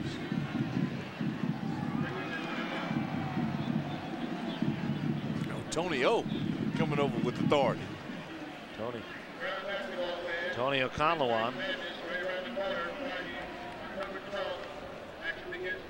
Let's go to the sidelines and Mike Hogwood. Well, among those talking to Matt Schaub, you may see the coach in the orange shirt. That is Mike Groh, former Virginia quarterback, son of the current head coach, who tried his hand as a stockbroker, said that just wasn't for him. He missed the competitiveness too much. He wanted a coaching life like his dad, and he's got it now in Charlottesville. Too competitive even for Wall Street. Mike Groh. Heck of a quarterback. Yes, he I is. enjoyed watching him work, and he did some broadcast work, so he's been upstairs, and he's now back on the field, and should make a heck of a coach. Starting now with the wide receivers, you know, ultimately he'll be a coordinator and get a chance to run an offense. Spend his life in football. Seems to be what he wants to do. 8 seconds left to go here. Maryland, or rather Virginia, down to their final timeout. They're trying to get something going here before halftime. They're faced with 3rd down and 6. They're at their own 35. Empty backfield except for the quarterback. 5 wide receivers out. 3-man rush for Maryland. Schaub looking for an opening. Has a man out there. It is intended for McMullen. He had Harris and McMullen snooping around in the same area. Goes incomplete, and the first half comes to an end. Listen to the crowd here at Byrd Stadium as the 44,000 plus look on in approval as the Maryland Terrapins have racked up 24 first half points, and they lead their arch rival from across the Potomac, the Virginia Cavaliers, 24-7. Mike Hogwood has Ralph Friedgen. Ralph, what a half, and especially your quarterback, after missing a couple early, he really turned it around. I thought it was tight early, and then I think he got into the flow of the game, and he's playing pretty well right now. What do you tell your team now in the locker room up 24-7? It's nothing. We got 30 minutes to go. We need to play it just like we've been playing. Anything you feel you need to do better than you did in the first half? Well, we can execute better on offense. We're still not where I want us to be. All right, that's Ralph Friedgen headed to the locker room with his Maryland Terrapins up 24-7. We're at halftime, and our halftime activities from Byrd Stadium in College Park on the way in just a moment. The Maryland Terrapins have done it on the ground, in the air, and with special teams. They lead the Virginia Cavaliers here at halftime 24-7 as we get ready to start the third quarter. Moments ago, our Mike Hogwood talked briefly with Virginia Cavalier head coach Al Groh. Al, what'd you tell your team in the locker room? Told him I thought in the first half the game was too big for us. We'll find out whether or not we can play in games like this. What do you have to do better? Have to compete harder. All right, that's the word from Al Groh, Steve. I think he's a little intense. Al is my main man. But you know what he just said to Mike Hogwood in those brief moments is exactly what I believe he translated over to his kids. And probably less time. No, he might have gone a little longer, but a few more. A little more words involved in that. You look at the possessions in the first half, and this is not the way you win. Al's disappointed. He should be. He thinks more of his club. He's got to convince these kids that they can play at this level. 3 downs and out 3 times. 3 downs and a block punt. And here's Maryland in the first half. They started out inauspiciously with an interception and a couple of punts. Then they drove deep and came up empty, but then scored on their last 3 possessions of the first half with a touchdown, a field goal, and a touchdown. A block punt, as a matter of fact, for a touchdown. And we're ready to go. It adds Kovic with the kick into the wind. Pearman has it at the 3. Alvin Pearman for Virginia, and he's tripped up. Rod Littles makes the tackle. The senior from Gainesville, Florida, playing on special teams, and trips up Alvin Pearman, who's got all kinds of speed. At that time, tracked down at the 14-yard line. Isn't it amazing? In the big games, special teams is what gets you over the hump. A block punt and a score for the Terrapins. We've seen outstanding punting and punt coverage. All they got to do is get that field goal game improved for Maryland, and they'll have the whole gamut. And when we talked with Ralph Friedgen yesterday, he was rather upset, not only at Sean Hill's inability to get the ball going through the air, but he was also upset at the play of his special teams. Well, today, he's got to feel a lot better about that. Open backfield for Matt Schaub, who gets the call at the start of the second half. He throws the curl inside to McMullen, complete. McMullen turns on the Jets. And McMullen fumbles the ball, but it's out of bounds, last in his possession. And they'll mark it down at the 37-yard line of Maryland. A big strike on the play on 1st and 10 and a simple slant. Go to the playmaker. They start with Schwab. I agree, he was hot. That's a bullet right on the line. Okonlawon can't keep up at this point. It's a foot race. Now, I like the way Tony converges. Watch him right there. See, he'll knock the ball out. That's heads-up play. It just went out of bounds. Well, McMullen is a tough package to catch, and Virginia delivers a statement on the first play of the second half. Okonlawon can run. Yes, he can. Luzar is the wing on the left. Tyree Foreman gets the handle behind the block of the tight end and tries to string it out. Tony Jackson will pull him down, but it's a gain on the play to the 29-yard line, and it'll be a gain of 8 for Tyree Foreman. I think Coach Groh's intensity was understood quite well at halftime. I mean, he lit a fire. I mean, Hogwood, you imagine how Hoggy felt at that point? I wouldn't want that sideline job to deal with that man. Groh was intense as all get out, but it worked. So far on the first 2 plays, 2nd down and 2 for Virginia. McGrew is split wide out, in motion the tight end. Tyree Foreman again through the hole, big hole, 1st down and more. Inside the Maryland 20, down to the 17-yard line. Tyree Foreman. Well, when you believe you can do it, you can do it. Now they're getting it done up front through that offensive line. You're moving some bodies around. There's a nice block on Roundtree, and then again it's just individual effort. How bad do you want it? Ball marked down to the 17. It's a gain of 12 for Tyree Foreman. We haven't seen any of Arlen Harris here in the second half.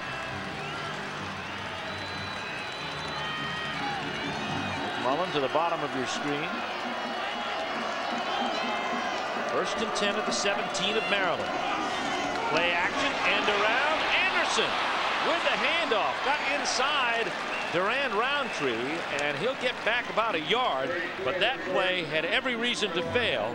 But Anderson stepped inside Durand Roundtree. Well, these kids have got to take a page out of McMullen's playbook. That is to make some plays. You're right, should be gone. Roundtree almost with a great play. There's Hill, Mr. Steady. You can count on Charles Hill to make plays for the Terrapins up front. 293-pound senior from Palmer Park, Maryland. Solid. 2nd down and 9, Doc. Nobody in the backfield. That's Anderson in motion to throw Schaub. The pass complete to Anderson, hit by a combo on and brought down at the 14. And Maryland starting to get stingy in the red zone. Man, Tony and Cox, these two corners have been all over the place. Take a listen.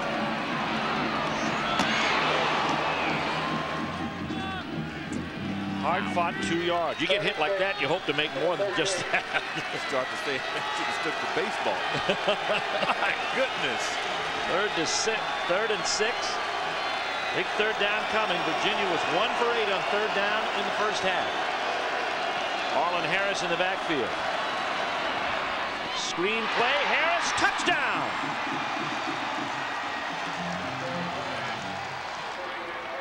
Well, you talk about a delay. The timing on this play. The execution was just perfect.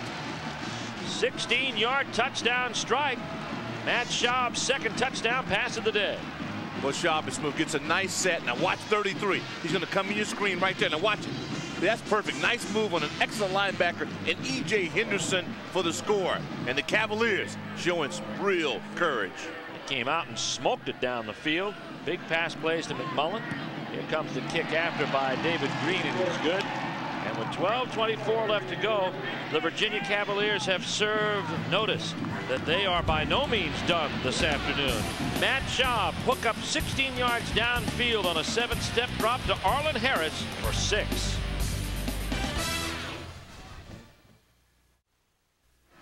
The resolve shown by Al Groh paid off. A 6-play drive resulting in a 13-yard touchdown pass to Arlen Harris, his first touchdown reception of his career. Here comes the kickoff. Parson cuts up inside and gets out to about the 22-yard line.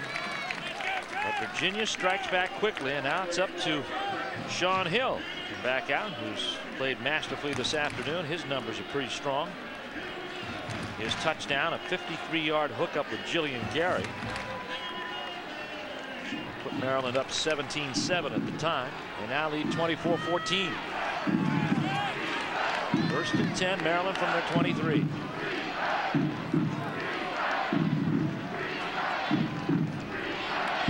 Bruce Perry on the pitch, trying to get to the corner. And the tackle is made on the play by number 94, Darrell Sanders. Let's go to the sidelines and Mike Hogwood. Well, Steve, you heard Al Groh tell me just a moment ago he wanted his team to compete harder. I want to tell you, on the sidelines here, the energy is up 100%. The intensity among the players really reflects the attitude of that coach. I think he got through to him in the locker room. I agree. I would guess. Hoggy had 10 seconds with him. Could you imagine 15 minutes? Took him 13 seconds to recount it. Second down and 3. Here's the pitch again to the corner to Perry. And again, Sanders is there to help stop it up, along with Monsanto Pope. We talked to Charlie Taff yesterday. They feel that Virginia in their 3-4 actually get 5 people lined up inside the tackle. So they've got to invent ways to get outside on the corner. And these 2 pitch plays show just that. And it takes a lot of courage following a drive of that nature to get back to your basics on offense and try to get that edge. And we talk so much about these linebackers for the Cavaliers, and in particular, Richard Mann has played an outstanding ball game. Third down and 1. Maryland 4 out of 11 in third down conversions in the first half. Play action, Sean Hill has to escape man, steps up again. Will he get away? Loses the football, and I think Virginia's got it.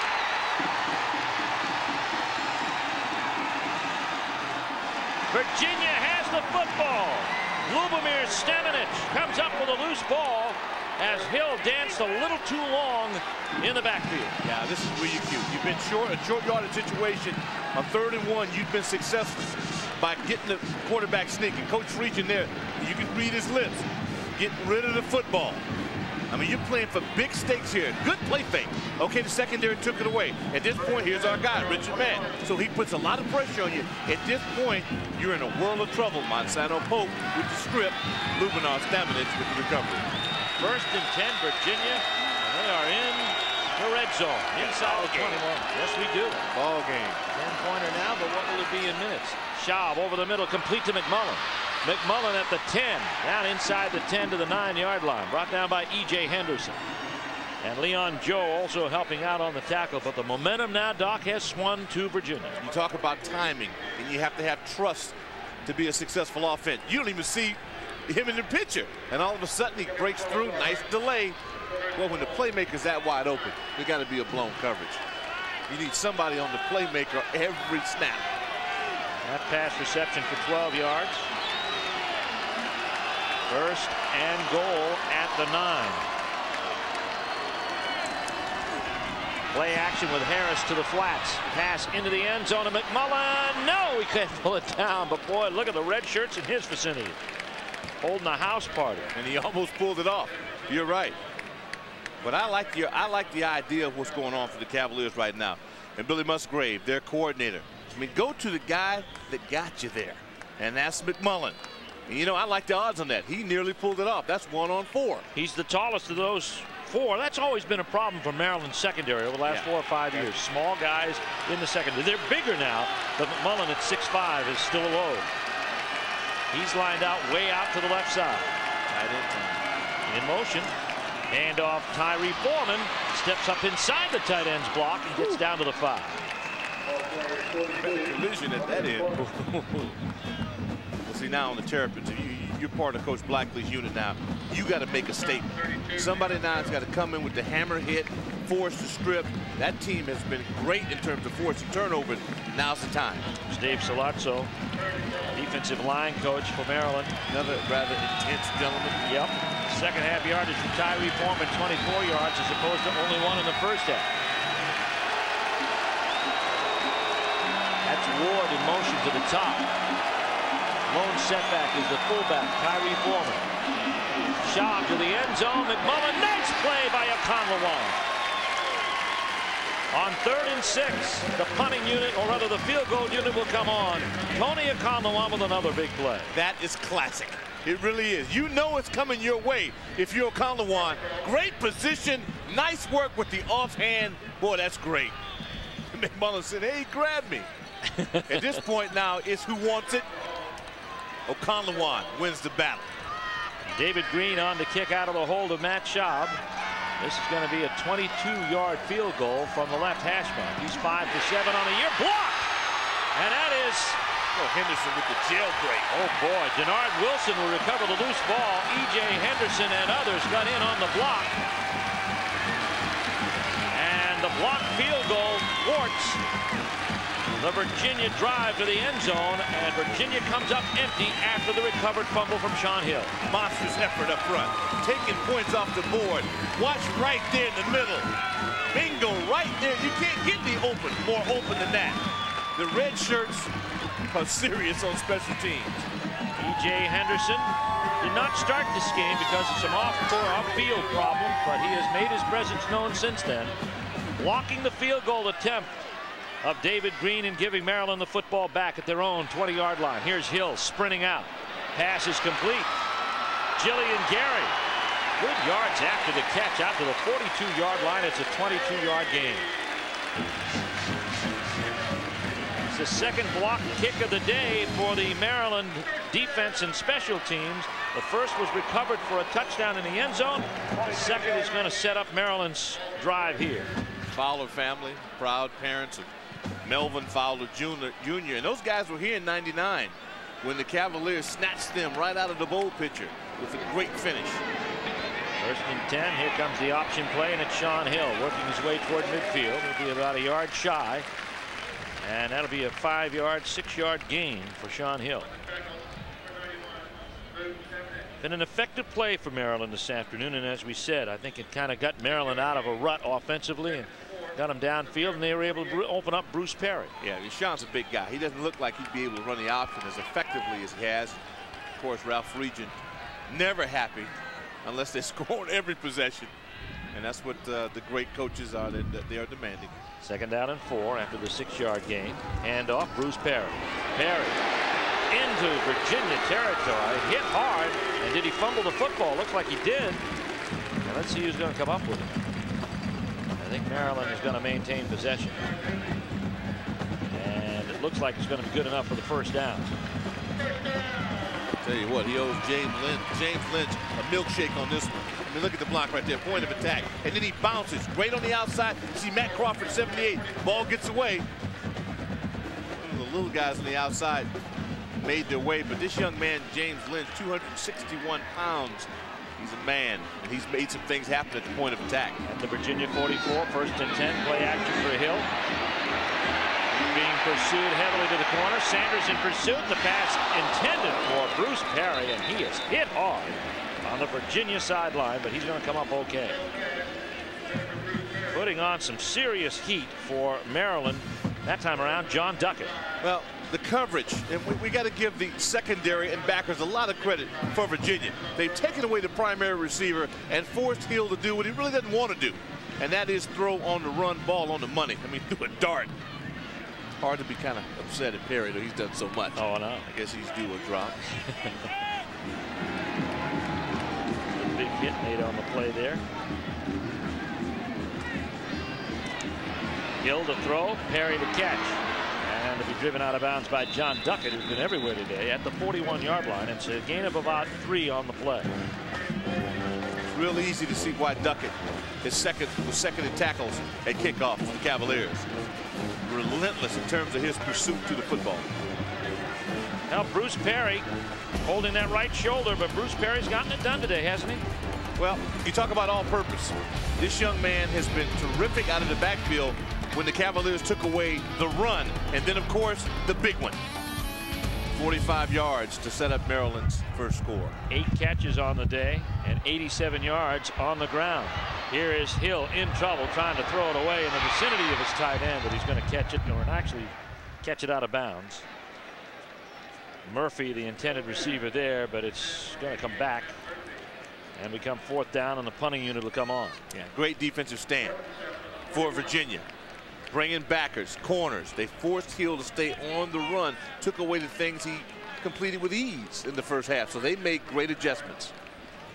Maryland 0 for 2 on 3rd down conversion second half, and Brooks Bernard out there to punt for the 3rd time this afternoon. Pearman standing inside the 10. Don't count on this to be returned.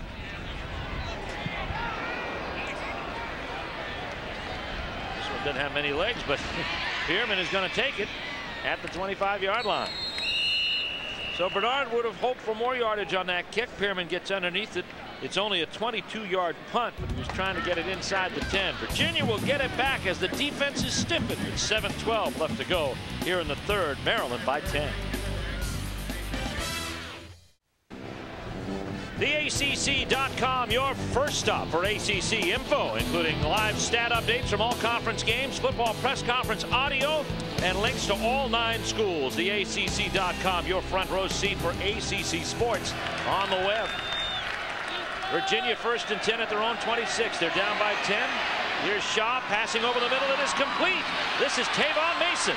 And Mason hauled down by Leon Joe, but not before he gets into Maryland territory at the 44-yard line. Well, McMullen needs some help from his teammates. Those receivers have got to get involved. Mason, the first guy to step up. If you're going to give Schraub this kind of time, he's going to eat you alive. I mean, the Terrapins have got to get an answer to pressure that they're late, far too late. And let's watch the route. Okay, nice little stem route. You come across, it flattens it out, ball right on the money. Picture perfect. 1st and 10, handoff, Arlen Harris with a train in front of him. Harris, 1st down and more. Charles Hill helped bring him down, and there were others on the play down to the Maryland 25-yard line, but it's a pickup of close to 19 yards by Arlen Harris. Boy, that's well done. String of pearls led by Devin Bailey on the outside. I mean, you're going against an outstanding athlete. That's Aaron Thompson. I mean, you're hooking a guy outside with great skills. Then you see Henderson down, a double wallop block. Then you see Foreman on that, the fullback. And the Cavaliers now, where was this outfit in the first half? I'm telling you, they're executing here in the second half. They have a touchdown and a missed field goal and 2 drives deep. This is their 3rd possession of the 3rd quarter. 1st and 10, here comes Shaw. Shaw over the middle, complete. Mason again. And it is down to the 16-yard line of Maryland. It's going to be a 9-yard gain, a yard shy of the 1st down. So Mason becomes the featured receiver as McMullen takes a seat on the sidelines. And there's McMullen on the day. He's He's been the big playmaker, 6 catches and a touchdown reception so far this afternoon. This time Matt Schaub has chosen Tavon Mason to be his featured receiver. Schaub feels good too. I mean, Matt's doing an outstanding job. Now he's just got to remain mistake-free. Harris a long setback on 2nd and 1. Hand off Harris. Harris stood up to the line but got the first down anyway. Got inside the tackle that time. That was C.J. Feldheim, sophomore from Plankton, Maryland. And here's the quarterback comparison. Well, it's been a 2-quarterback situation, but maybe Matt Schaub has taken a step ahead with today's performance of 226 yards, touchdown passes to Billy McMullen and Arlen Harris.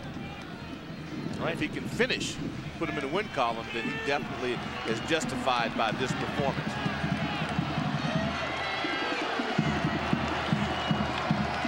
First and 10. Ball at the 15-yard line. The throw, Schaub rolling left. Inside receiver is Anderson, but he can't make it happen.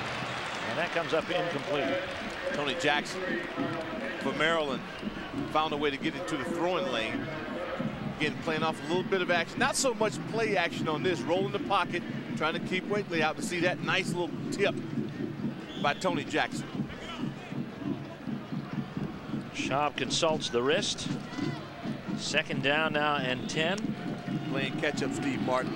On the road. You gotta have 7. You can't settle for field goal. No, you can't. They tried last time and got blocked. So it's no assurance. Foreman in motion. Pass complete to Anderson over the middle. And he is close to the first down, and I think he's got it in a flag on the play late. Ottawa Anderson brought down by Tony Jackson, but let's see what the referee is going to call on this play. Full plastic. Face mask act. Oh, ooh, this one's coming back.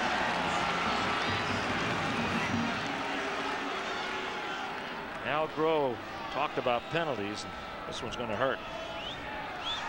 Well, you don't want to lose momentum. I mean, Mo has slipped on a white jersey here at Byrd Stadium, and you don't want to throw him out. Was that Luzard? 10 yards from the end of the run, and we'll repeat 2nd down. 10 yards after there was a hold after the run. Robin Wood said, so they'll mark it back. They count the completion, take the penalty yards off, and that brings up 2nd and 10 again. Actually, they don't count it. You got to figure sooner or later, Coach Blackman Group, they're going to send the whole sink, kitchen, faucet, everything to get to him. He sent one that time, and McMullen pulls it down. What a catch. It only results in 3 yards, but it was something to see. Playmaker. 6'5", stretching up. Well, sooner or later, you figure that the Terrapins have got to get Matt down. That's a lot of pressure on him. Watch the catch. See, that's why you throw it in his vicinity. Down Excellent to the coverage by Jackson. Down to the sidelines and Mike Hogwood. Well, we talked to the coach Al Groh yesterday about his quarterback situation, and he talked about Schaub in particular. Talked about he considers him a starter, and it's not a plan. He's going with his gut. His gut right now is number 7 can get the job done and get this game won. 3rd and 8, play action. Pass to the tight end, Luzar, complete. And he is knocked out of bounds at the 6-yard line. He needs the 4 for a first down, so it's going to come up short, 4th down and 2. And I don't see the field goal unit team coming on. They were lucky. Thought he bobbled this at the end. Let's see. Yep. Held it down. Those tight ends. So smart. So talented. Graceful. Strong. 5-yard gain on the play. 4th down and 2. And you would know that. Big game play in this game right now for Virginia. Down 10. 4th and 2. Tyree Foreman has been money, and he's got the first down at the 3.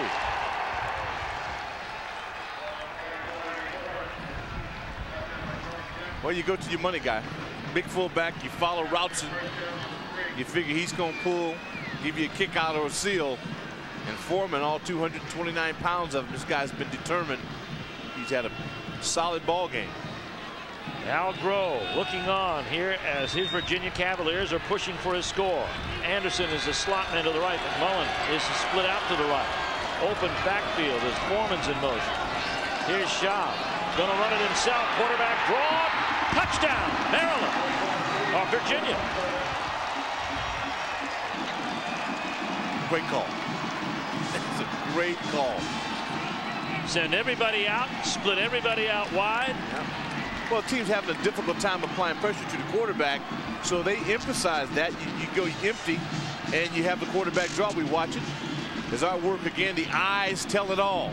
You look upfield, see, Joe can't get there. He's in the end zone before he's touched by Terrapin. And now for the point after, here comes David Green out of the hold of Matt Schaub. His performance isn't going to get him any relief from being a holder. The kick is good, and Virginia's within a field goal with 3:04 left to go. It's been all Virginia here in the third quarter. Timeout on the play with the Terrapins leading the Cavaliers by 3. We'll return after these messages from your local ACC station. Citgo presents ACC football. Maryland, they're seeing their lead to Virginia dwindle to just 3 here in the third quarter with 3:04 left to go. Matt Schaub with his first career touchdown run of 3 yards. Here comes the kick. It'll go out of the end zone. We remind you that Get the Call is back, and this year's your chance to win every weekend with Ice House. Saturday during the game, a few lucky consumers will get a winning phone call, and one of those winners will get to see their favorite team play all year long. It could be you. See participating Ice House displays or visit icehouse.com to register your phone number. Ice House, official beer of JP Sports Broadcast. We'd like to congratulate Anna Leonard and Gary Ibeck, last week's I Get the Call grand prize winners. No purchase necessary. Open to residents 21 or older of the United States. 1st and 10. Maryland at their own 20-yard line. Sean Hill hands off. Bruce Perry. Lost in Virginia's execution is the fact that Bruce Perry continues to march to his 5th 100-yard day. It's a smart move by Charlie Taft to continue to stay on the ground, do what they do best. Let that ground game kind of roll you into your play action and try to get a big one. 17 carries, 95 yards, including 7 on that play by Bruce Perry. 2nd down and 3. There's the draw. Perry gets outside. Good block on the corner from Jafar Williams, and he gets out to the 37-yard line. It's a gain of 10 for Bruce Perry. Boy, he's quick. Here's some scores. Look at this. Georgia Tech by only 10 over Duke. Duke trying to break a 16-game losing streak. Tennessee and Georgia are tied in SEC action in Knoxville. Virginia Tech rolls on over the Mountaineers. Whew. And Purdue by 6. Colorado up at the half by a touchdown over K-State. And South Carolina just rolls on. They're leading Kentucky after their big win over Alabama a week ago. Baylor and Texas A&M renew in-state rivalries. And a timeout called here by Maryland to talk things over on 1st and 10. As Matt Schaub has stepped ahead in the quarterback race, and we'll show you why.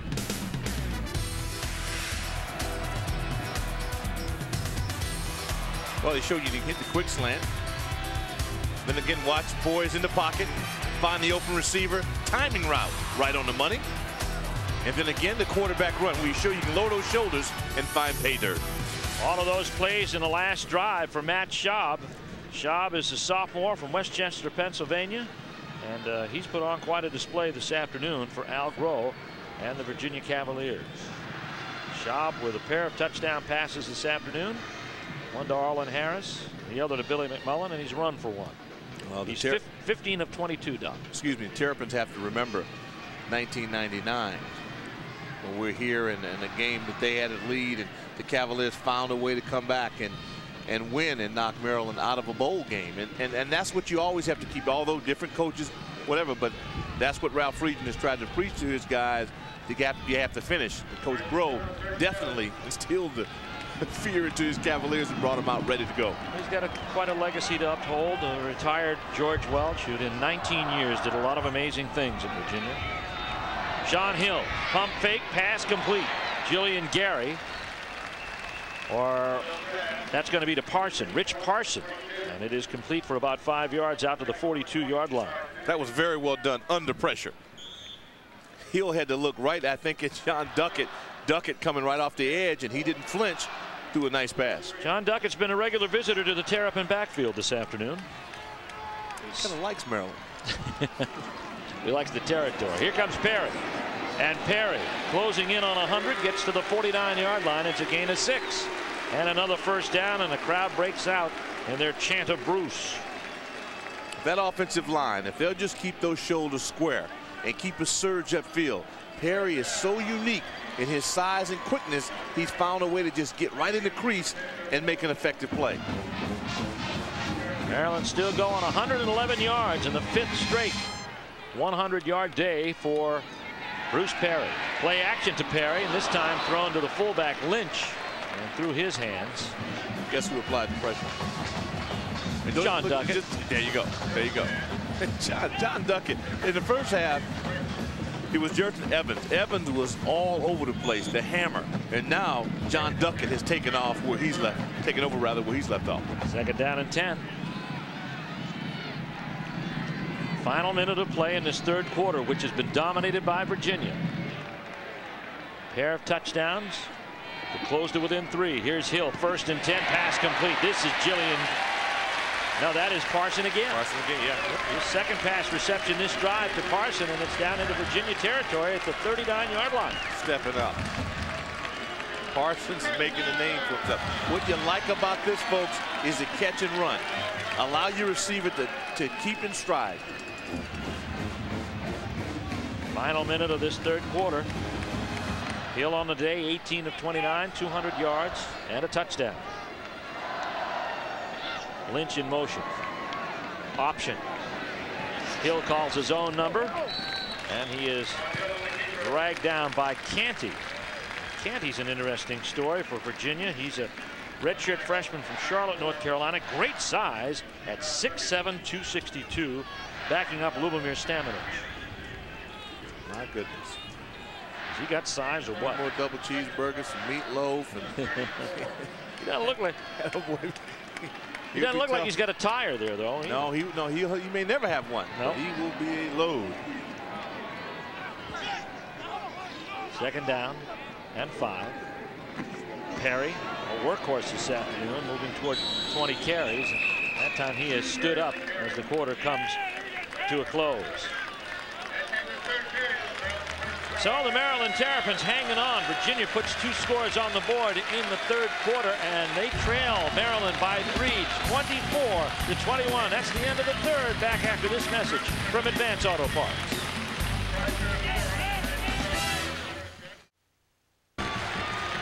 Welcome back to College Park, Maryland. Byrd Stadium. Steve Martin, Doc Walker, Mike Hogwood as Citgo presents ACC football. The Maryland Terrapins lead has shriveled to 3. A strong 3rd quarter performance by Virginia. But now Maryland driving again. And here comes quarterback Sean Hill. He's already rushed for a score. And he's going for the first down to the 28-yard line. Our stats through 3 quarters presented by Choice Hotels International shows great improvement on the Virginia side. They improved with 52 rushing yards in the 3rd quarter and 14 points. As a matter of fact, Doc, they had 185 yards total offense in the 3rd quarter alone. Well, they've made up. I mean, they've done it on both sides of the ball. Offense and defense had one breakdown on special teams, but they have competed. Sean Hill gets the first down, and it's going to be 1st and 10. He rides the fullback into the hole, and here comes Bruce Perry down to the 5-yard line and knocked out of bounds. Actually stepped out at the 8. Bruce Perry over the 100-yard mark some time ago, and looking for another score, which would have been his 7th of the season. Well, when you put him in motion and then he becomes a trail to pitch man, you're in a world of trouble if you don't have somebody out on the flanks. Great job on the edge by the wideouts, getting blocks, and then you give him a seam and he makes you pay for it. 20 yards downfield for Bruce Perry, who has 134 yards unofficially on the day, and it sets up Maryland 1st and goal at the Virginia 8. Riley's the lone setback. That's Lynch in motion. Here comes Riley. Bigger look at tailback. He'll get it down to the 5. John Duckett is there to stop him, along with Monsanto Pope for Virginia. It's a gain of 2 or 3 on the play. The thing that has been so effective for Maryland, and I think this is something you have to buy into and believe, but in the 4th quarter, they have been dominant. I mean, they've been able to put people away, run the football, hog the ball, if you will, and get great success. They're at the Virginia 5-yard line. 2nd and goal. Here comes Hill on the option. Flag thrown in. He's in the end zone for a touchdown. But let's see what the flag is before everybody gets excited here in Maryland. For Rashad Roberson, I love the way he played that pitch. I mean, that was nice. And this is coming back. Ralph Friedgen looks on. He's seen his team squander a 2-touchdown lead and change. They were up 24-7. Virginia with 2 scores in that 3rd quarter. Robin Wood makes the call. Holding on the offense, 10 yards from the spot of the foul, and repeat 2nd down. I bet John Duckett had something to do with it. Yeah, see right there? Might have been. And you know, you give Duckett a lot of credit, man, because if you force someone to hold you, that means you're doing your job. Now they've struggled with how to handle John Duckett this afternoon. But when the hands get outside the framework of the pads, you'd like to keep them inside the numbers. Great effort by Matt Murphy, because tight ends, I mean, hardly ever hold. 3rd and goal. Spoken like a true tight end. Hill back to throw to the corner. Wants Parson, his receiver of choice in the 3rd quarter. It comes up incomplete. And let's see what the decision is here for Ralph Friedgen and the Terrapins. 2 receivers in the same vicinity kind of clouded that pitcher.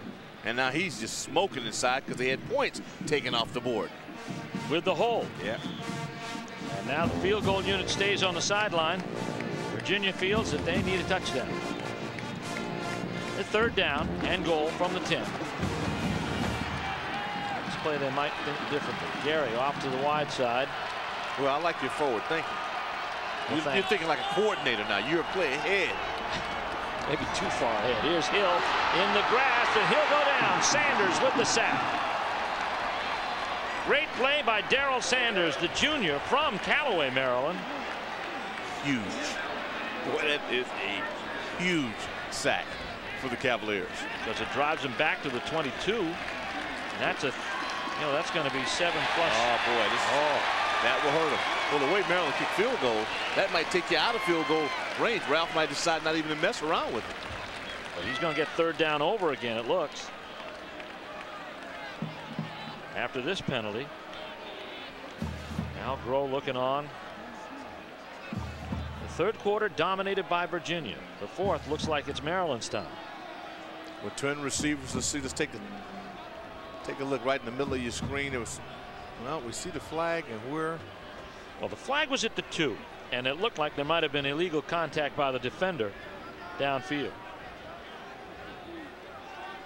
Let's see what Robin Wood's call is.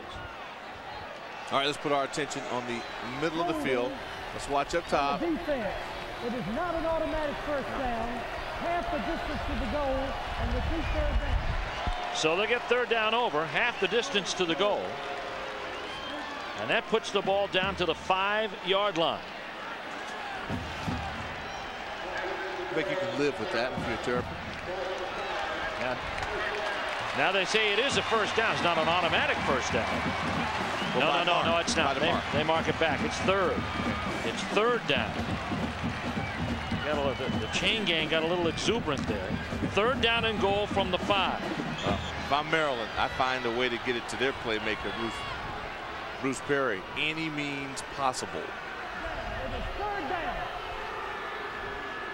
Robin Wood looking at the scoreboard where it still says 1st down, but it is 3rd down and goal from the 5-yard line.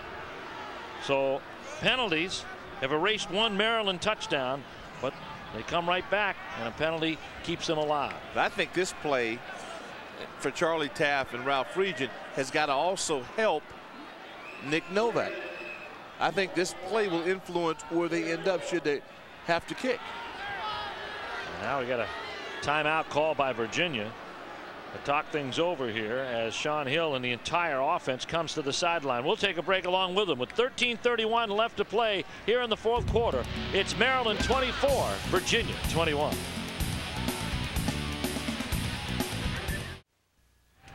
Coming up next week, it's the Textile Bowl at Raleigh. Clemson taking on NC State at Carter Finley Stadium on at 12 noon on many of these same Jefferson Pilot sports stations.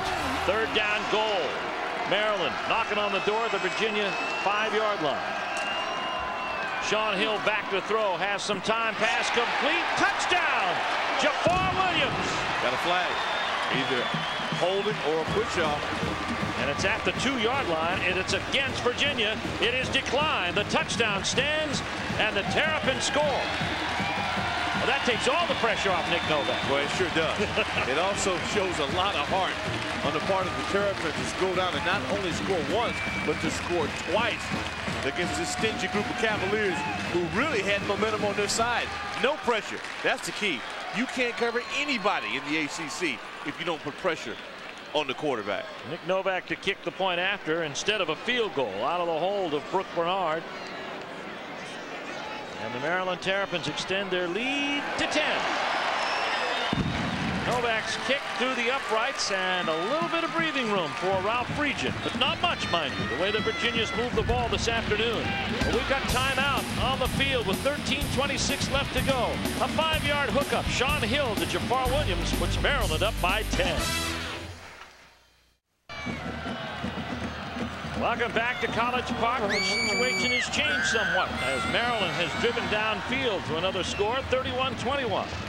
Here's the kick. Pearman will take it in the end zone and hold it right there, and Virginia will bring it out to the 20-yard line. Well, the last time Maryland beat Virginia was in the season opener here in College Park, 1991. Troy Jackson scores on a TD run of 5 yards to make it 7-0 in the first quarter. Then late in the fourth, it's Mark Mason scoring to put the game away. Terps won it 17-6. It was one of only 2 wins that season. The other was at Wake Forest on September 7th, 1991. Tale of 2 halves for Virginia. 120 yards, 7 points. In the third quarter alone, 185 yards and 14 points. And that's why Virginia fans aren't giving up on this one yet. A lot of football to play here, and Schaub has shown that he can move the football team downfield.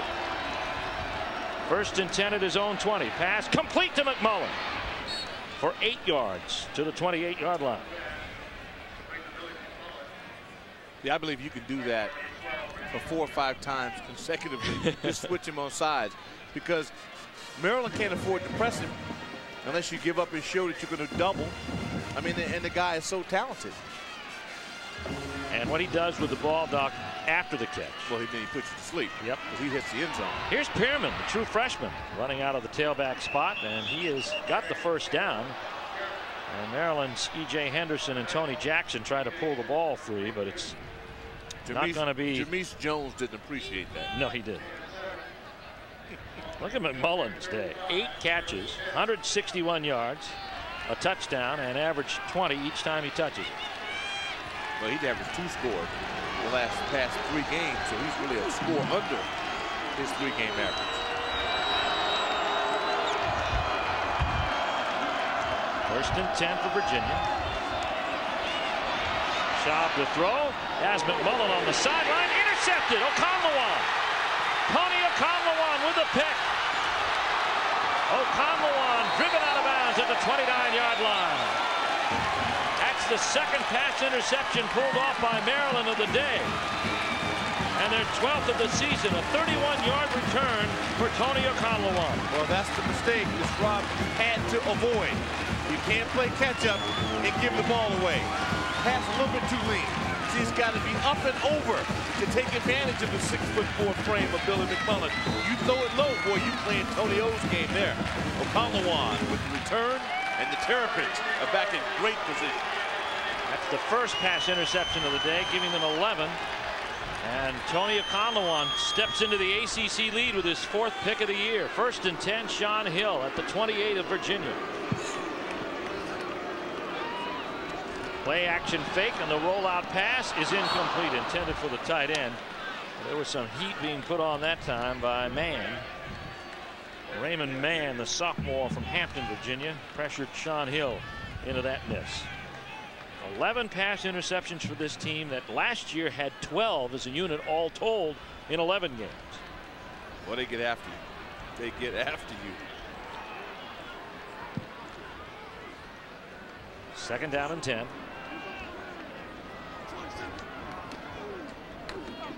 Here comes Hill. Steps up inside. He's been one of the most effective rushers of the day to the 20-yard line. Oh, nice gain on the play of about 7 yards. 7, maybe 8. You know, and you take away the threat of losing the ball with the pitch. You know, he assumes the responsibility, takes the read, even if you're forced to read. I like it in this instance in the fourth quarter coming off a turnover. 7 yards on the game. Hill has carried 15 times for 47 yards and a touchdown, and a couple of them, Doc, have been 4th down conversions. 3rd and 3. 31-21. Gary in motion. Handoff, Perry. Perry, stood up Jaton Evans. And this will be a measurement call for the first down. Boy, what a hit. The hammer. Junior from Lynchburg, Virginia. This kid is so much fun to watch. Here Perry gets in the hole and met right there. Wow. Rydell to Rydell. My goodness. They're going to bring the chains out here. Be close enough for the measurement. You know, Anthony Pondexter, who played so well, mini All-American, great ball for the Cavaliers. He brought that. He made that basketball. I mean, that hammer. I guarantee you, Evans has assumed the role. Well, Perry has had easier yards, I'm sure. He got the first down. It's 1st and 10, and Maryland stays alive at the Virginia 18-yard line. What a price to pay to move the chains. Maryland trying to maybe put this game out of reach. They're up by 10. They're driving. They're in the red zone again. Hill, handoff, Perry. Just keeps coming back for more. And Crowell in on the tackle. Here's a look at what we were presented with today. The ACC standings. Maryland, Virginia, the only 2 remaining unbeaten teams here. And Maryland at 4-0 overall and trying to get to 5-0. Something no Maryland team has done since 1978.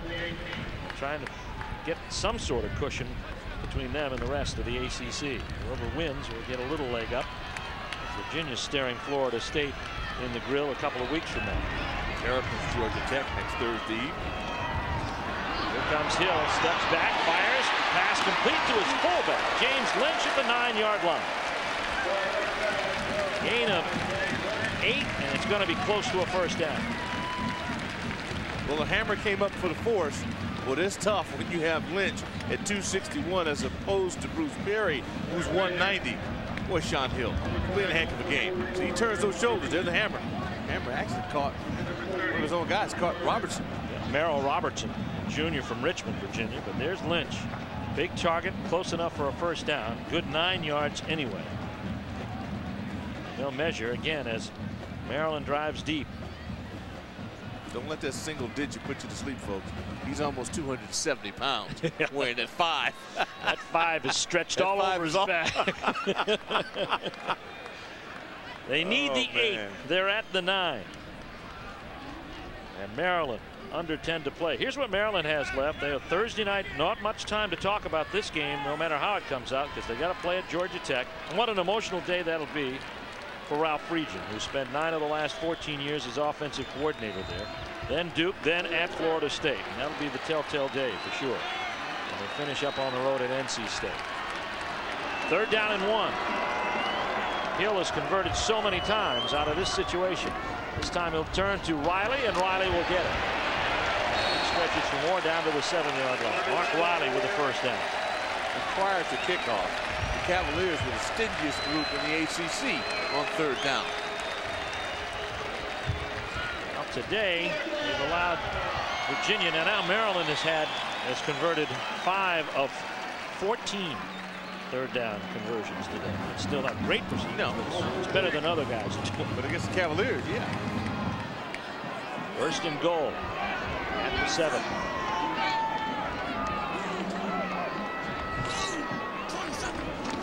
Hill, handoff to Perry on the sweep. Perry in for the touchdown. Boy, Matt Murphy, 88, nice block at the edge. Boy, they run the stretch well. And that kid, when he recognizes there's a seam, forget about it. He hits the afterburners, and it is over. Turnovers today have helped Maryland score at least 10 points. A block kick. Actually, there'll be 14 after Novak if he nails this point after. The interception by Akamwan started this thing off. Kick is good by Nick Novak, and Maryland now stakes themselves to a 17-point lead. 38-21 over Virginia with 9:16 left to play here at College Park as Bruce Perry scores for the 7th time this season. 3 Virginia turnovers. 2 of them have been turned into points by the Maryland Terrapins. One, a blocked punt that was recovered in the end zone for a score. A Tony Akamwan interception sets up Maryland's latest scoring drive, and they have pulled ahead here 38-21. And this is Pearman backed up deep in the end zone, and they'll bring it out to the 20-yard line. Well, the Terrapins are 4-0, and they're hoping to be 5-0. And senior linebacker Aaron Thompson has experienced a lot of lows and very few highs during his time in College Park. Needless to say, he's enjoying every second of being undefeated. Yeah, it's a great feeling. It's a wonderful feeling coming from. It's like moving from the projects to Buckland Palace. It's a wonderful feeling. You learn that the grass is greener on the other side, and that makes all of the work that we do in the off season worthwhile. From the projects to Buckingham Palace. 1st and 10. Here comes the pitch. Pearman with speed on the corner. Brought down there by E.J. Henderson out to the 25-yard line. It's a gain of 5 on the play. There's Aaron Thompson right there.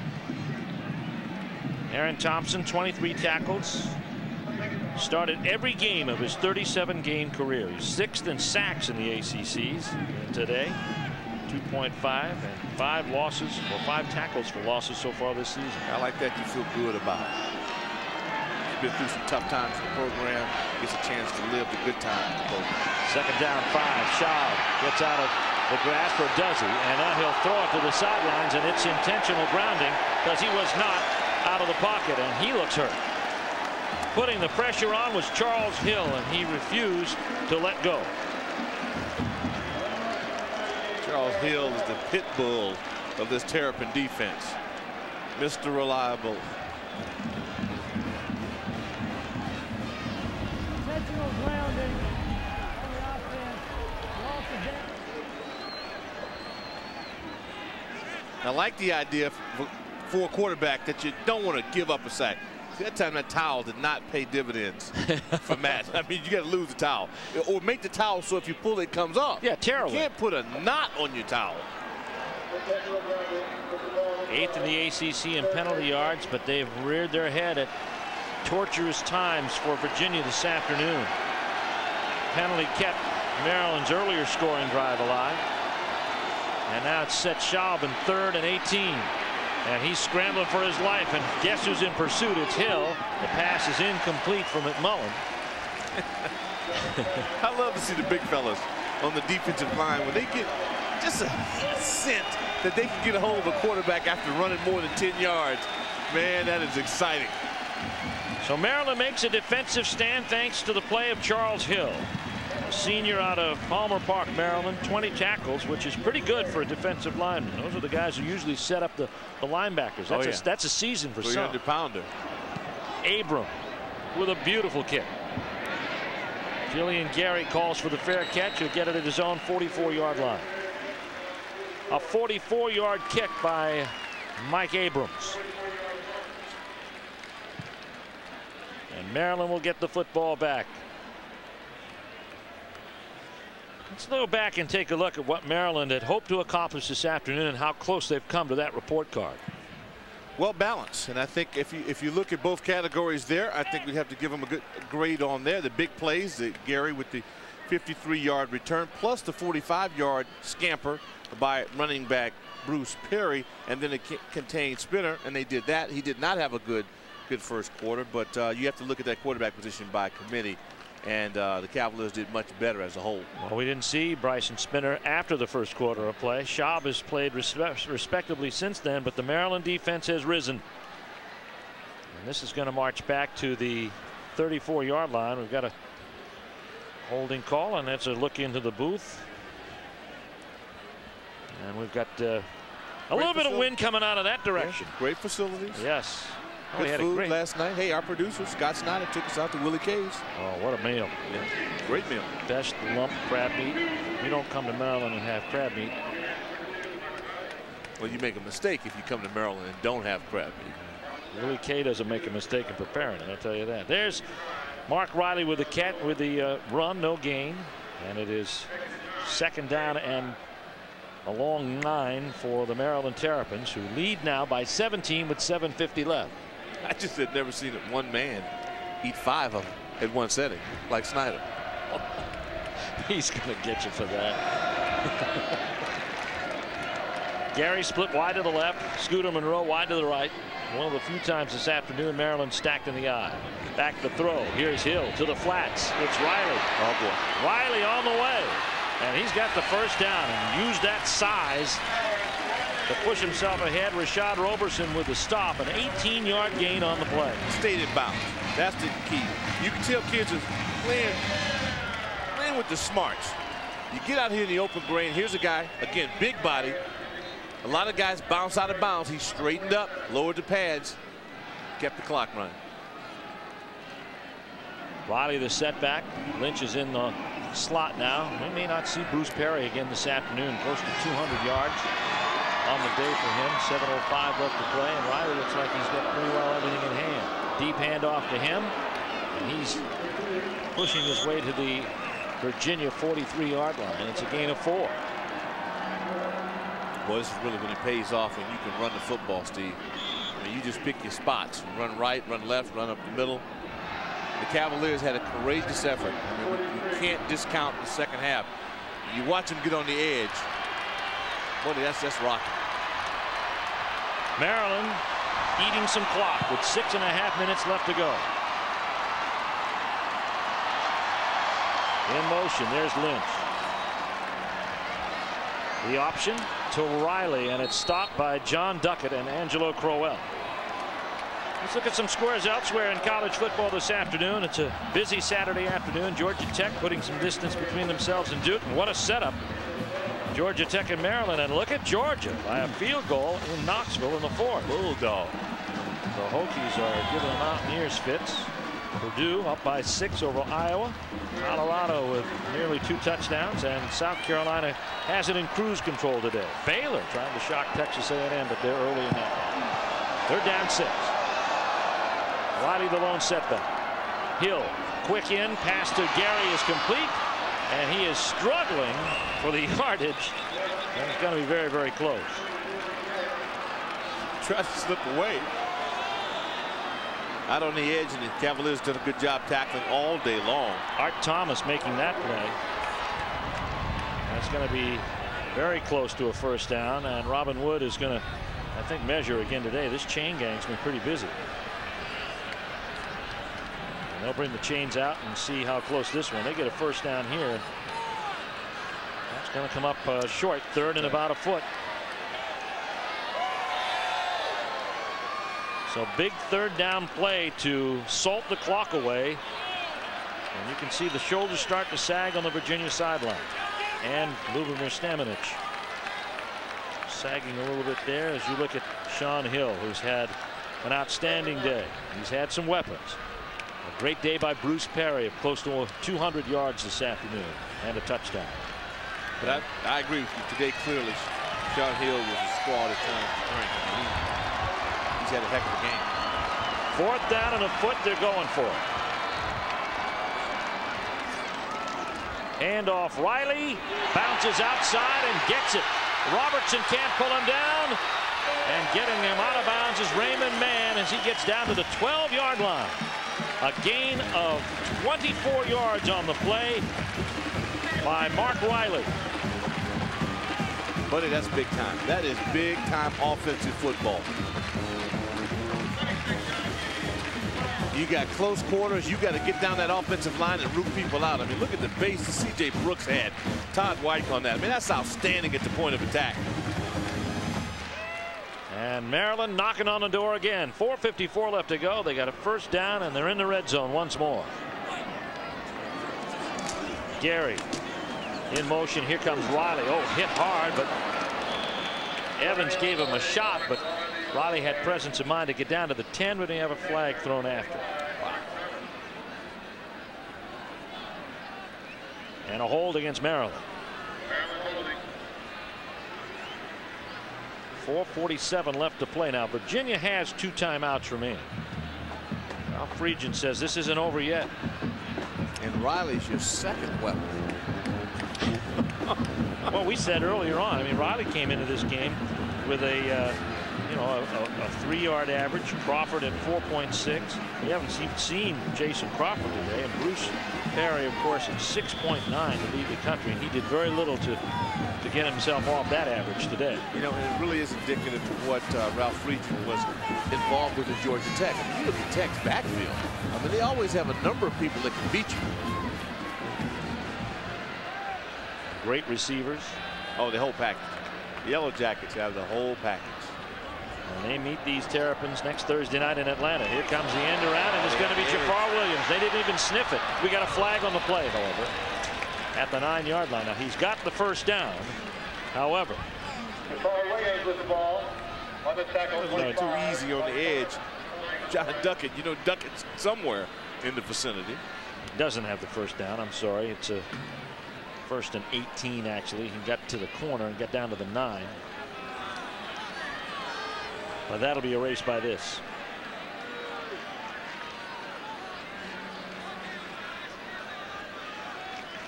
Algro looking on. This has been a tough road for them. This is their 3rd top 25 team that they faced on the road this season. They lost to Wisconsin in the opener in a tough one.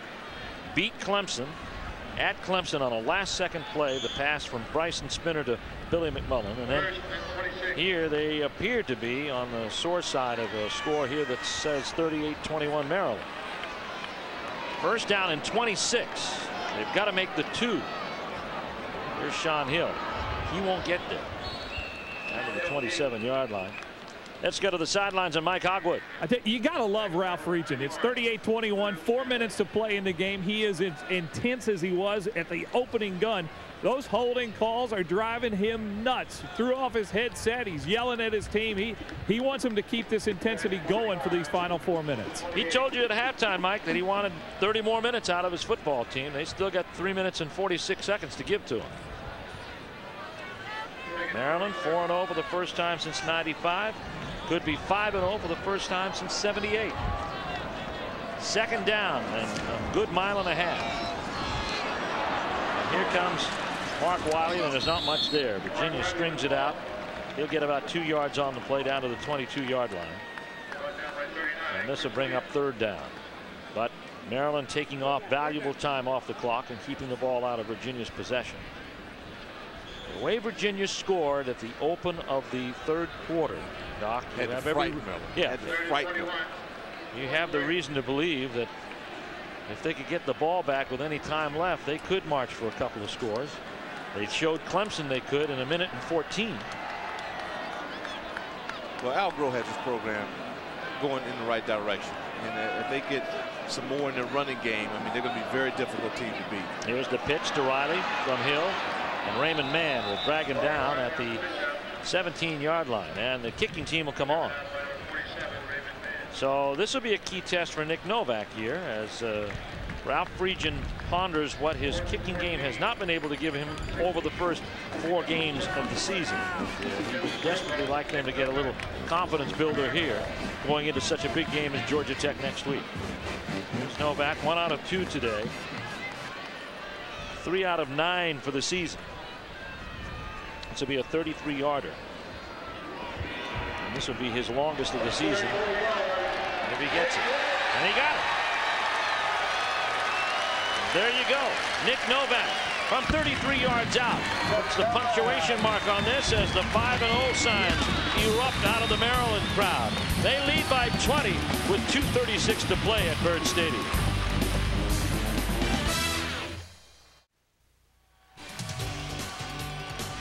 The Citgo ACC Game of the Week has been brought to you by Citgo. Your neighborhood Citgo is proud to support today's athletes. Citgo, we know you. By your local Carolina Chrysler dealers. proud to be the official vehicles of the Carolina Panthers. By Don Pablo's, the real enchilada. And by Advance Auto Parts, the best part is our people. 3 journeys into the red zone have been very productive this afternoon in the fourth quarter for the Maryland Terrapins. They've come up with 17 points, the last 3 from Nick Novak on a 33-yard field goal. And they lead our ACC football presentation, brought to you by Citgo this week, 41-21. This is Alvin Pearman coming out of the end zone, and he gets his way out to the 22-yard line. And it'll be 1st and 10 now for Virginia, with plenty of work cut out for them. They have 2 timeouts, 2:25 left to play, as Mike Groh, former quarterback for Virginia and the son of head coach Al Groh, sends Matt Schaub out into the huddle. And here's Matt Schaub under center. Virginia felt that these 3 weeks starting this week were the keys to their season. They have to go to North Carolina next week and then home against Florida State. They had hoped to go 2-1 in that stretch at least. Here comes Schaub. Pass for the McMullen is complete. And he's out to the 28-yard line. It's a gain of 7.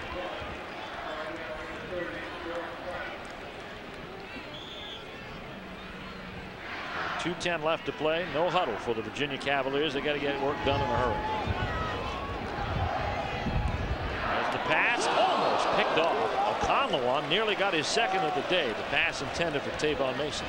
Let's go to the sidelines and Mike Hogwood. Well, we heard from Aaron Thompson, one senior. You can feel good for these Maryland seniors like Tony O'Conlon, who you just saw there. He's had an interception today. And Rondell Jones, the free safety, who came here as a true freshman and actually started 6th game in his career as quarterback.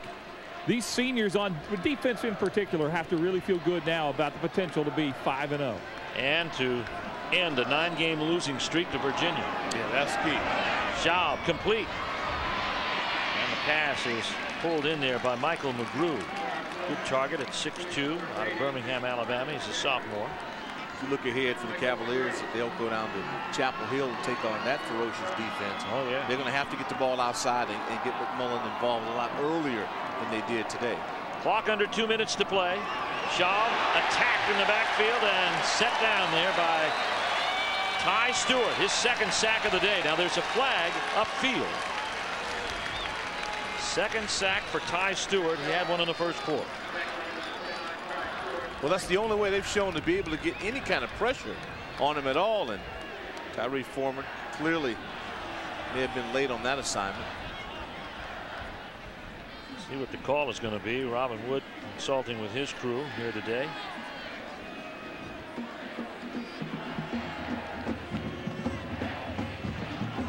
It's a penalty against Maryland, so it'll push Virginia upfield to midfield.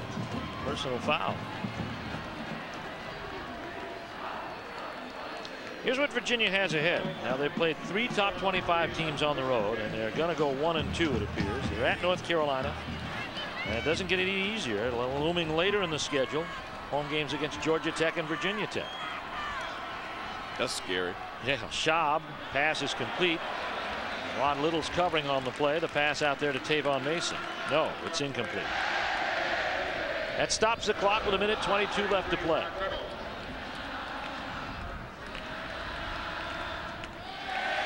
And the crowd breaks out in that song by Steam. Our Texas Pete players of the game. Billy McMullen for the University of Virginia. 8 receptions and a touchdown. And Sean Hill executed in every way this afternoon. Threw 2 touchdown passes, 235 yards. And his 18 completions on the day. McMullen gets his 9th catch of the afternoon and squirms ahead to the 45-yard line. It's going to be shy of a first down. They'll bring up 3rd down and 5.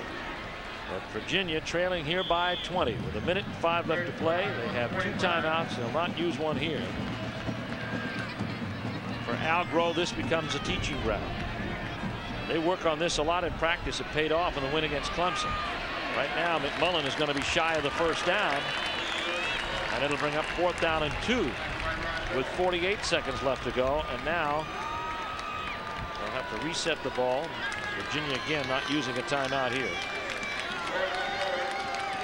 talk about teaching school, it really is invaluable to take advantage of this, block the score out, and work on this. As you mentioned, against Clemson, this could very well win you a ball game. We have a timeout on the field. Coming up next week from Carter Finley Stadium in Raleigh, it'll be a big house watching the Clemson Tigers take on the Wolfpack of NC State. Two great quarterbacks go head-to-head. Woodrow Dantzler, Phillip Rivers. Watch the scoreboard light up when these two get together. It always happens, and we're looking forward to it. I don't know if LeVar Fisher has anything to do with it. Oh, boy. That NC State Fisher, defense. Dantzler. Oh, man. They got a ball game this afternoon that they've got to play down at Winston-Salem against Wake Forest. It's not going to be an easy test. No, you're right. It'll be rough. Wake playing pretty well from their new head coach, Jim Breaux. 4th down and 4. Time of possession. This season opponents, well, Maryland has owned the 4th quarter in time of possession, 10:09 to 4:05. They have 17 points in those 10 minutes. Shaw to throw, steps in. Oh, rare drop by McMullen. It was right there. And that will pretty much do it. Virginia gives up on downs. Maryland will get the football with 45 seconds left to go. And maybe now there'll be a look of relief on Ralph Friedgen's face, and look at the 5-0 sign. Don't count on it. Ralph is thinking about right now. They gave him a touchdown, and yeah, believe me. Well, I'll tell you what. Maryland right now, in the first 5 weeks of the season, they've become 1 win away from being bowl eligible. Something this Virginia team denied them 2 years ago. I go back to the offseason curfew that he imposed on this team. His team responded, and they deserved the fruits of their labor. Well, Trez Harrison will come in and take a knee. Virginia has 1 timeout remaining, but likely won't take it here. Harrison, of course, from Atlanta, Georgia. He's a sophomore. And there's John Hill accepting the congratulations. He made it happen this afternoon. He had some help. Bruce Perry with close to 200 yards. There's Bruce. Lamont Jordan, the man he chases into the Maryland record book, consulted him earlier this week. Perry with 194 yards on the day. Harrison takes another knee, and that'll be it. The sideline's empty, and the streak is done. We got a flag down. Flag down on the play. They got to get everybody off the field. Fans are trying to rush the field. The Maryland players are trying to get it back. Now they're saying it's over. Take the flag off the field. This one is in the books, I believe. Oh, wait. The officiating crew started to run off the field. Then it looked as if security had a pretty good handle on the students at the end zone. It's one of the best hits I've seen all day by one of the security guys. Al Groh and Ralph Friedgen feel it is over, and so do we. Officials head to the locker room, and this one is done. The Maryland Terrapins go to 5-0 as they beat the Virginia Cavaliers 41-21. We'll return after these messages from your local ACC station.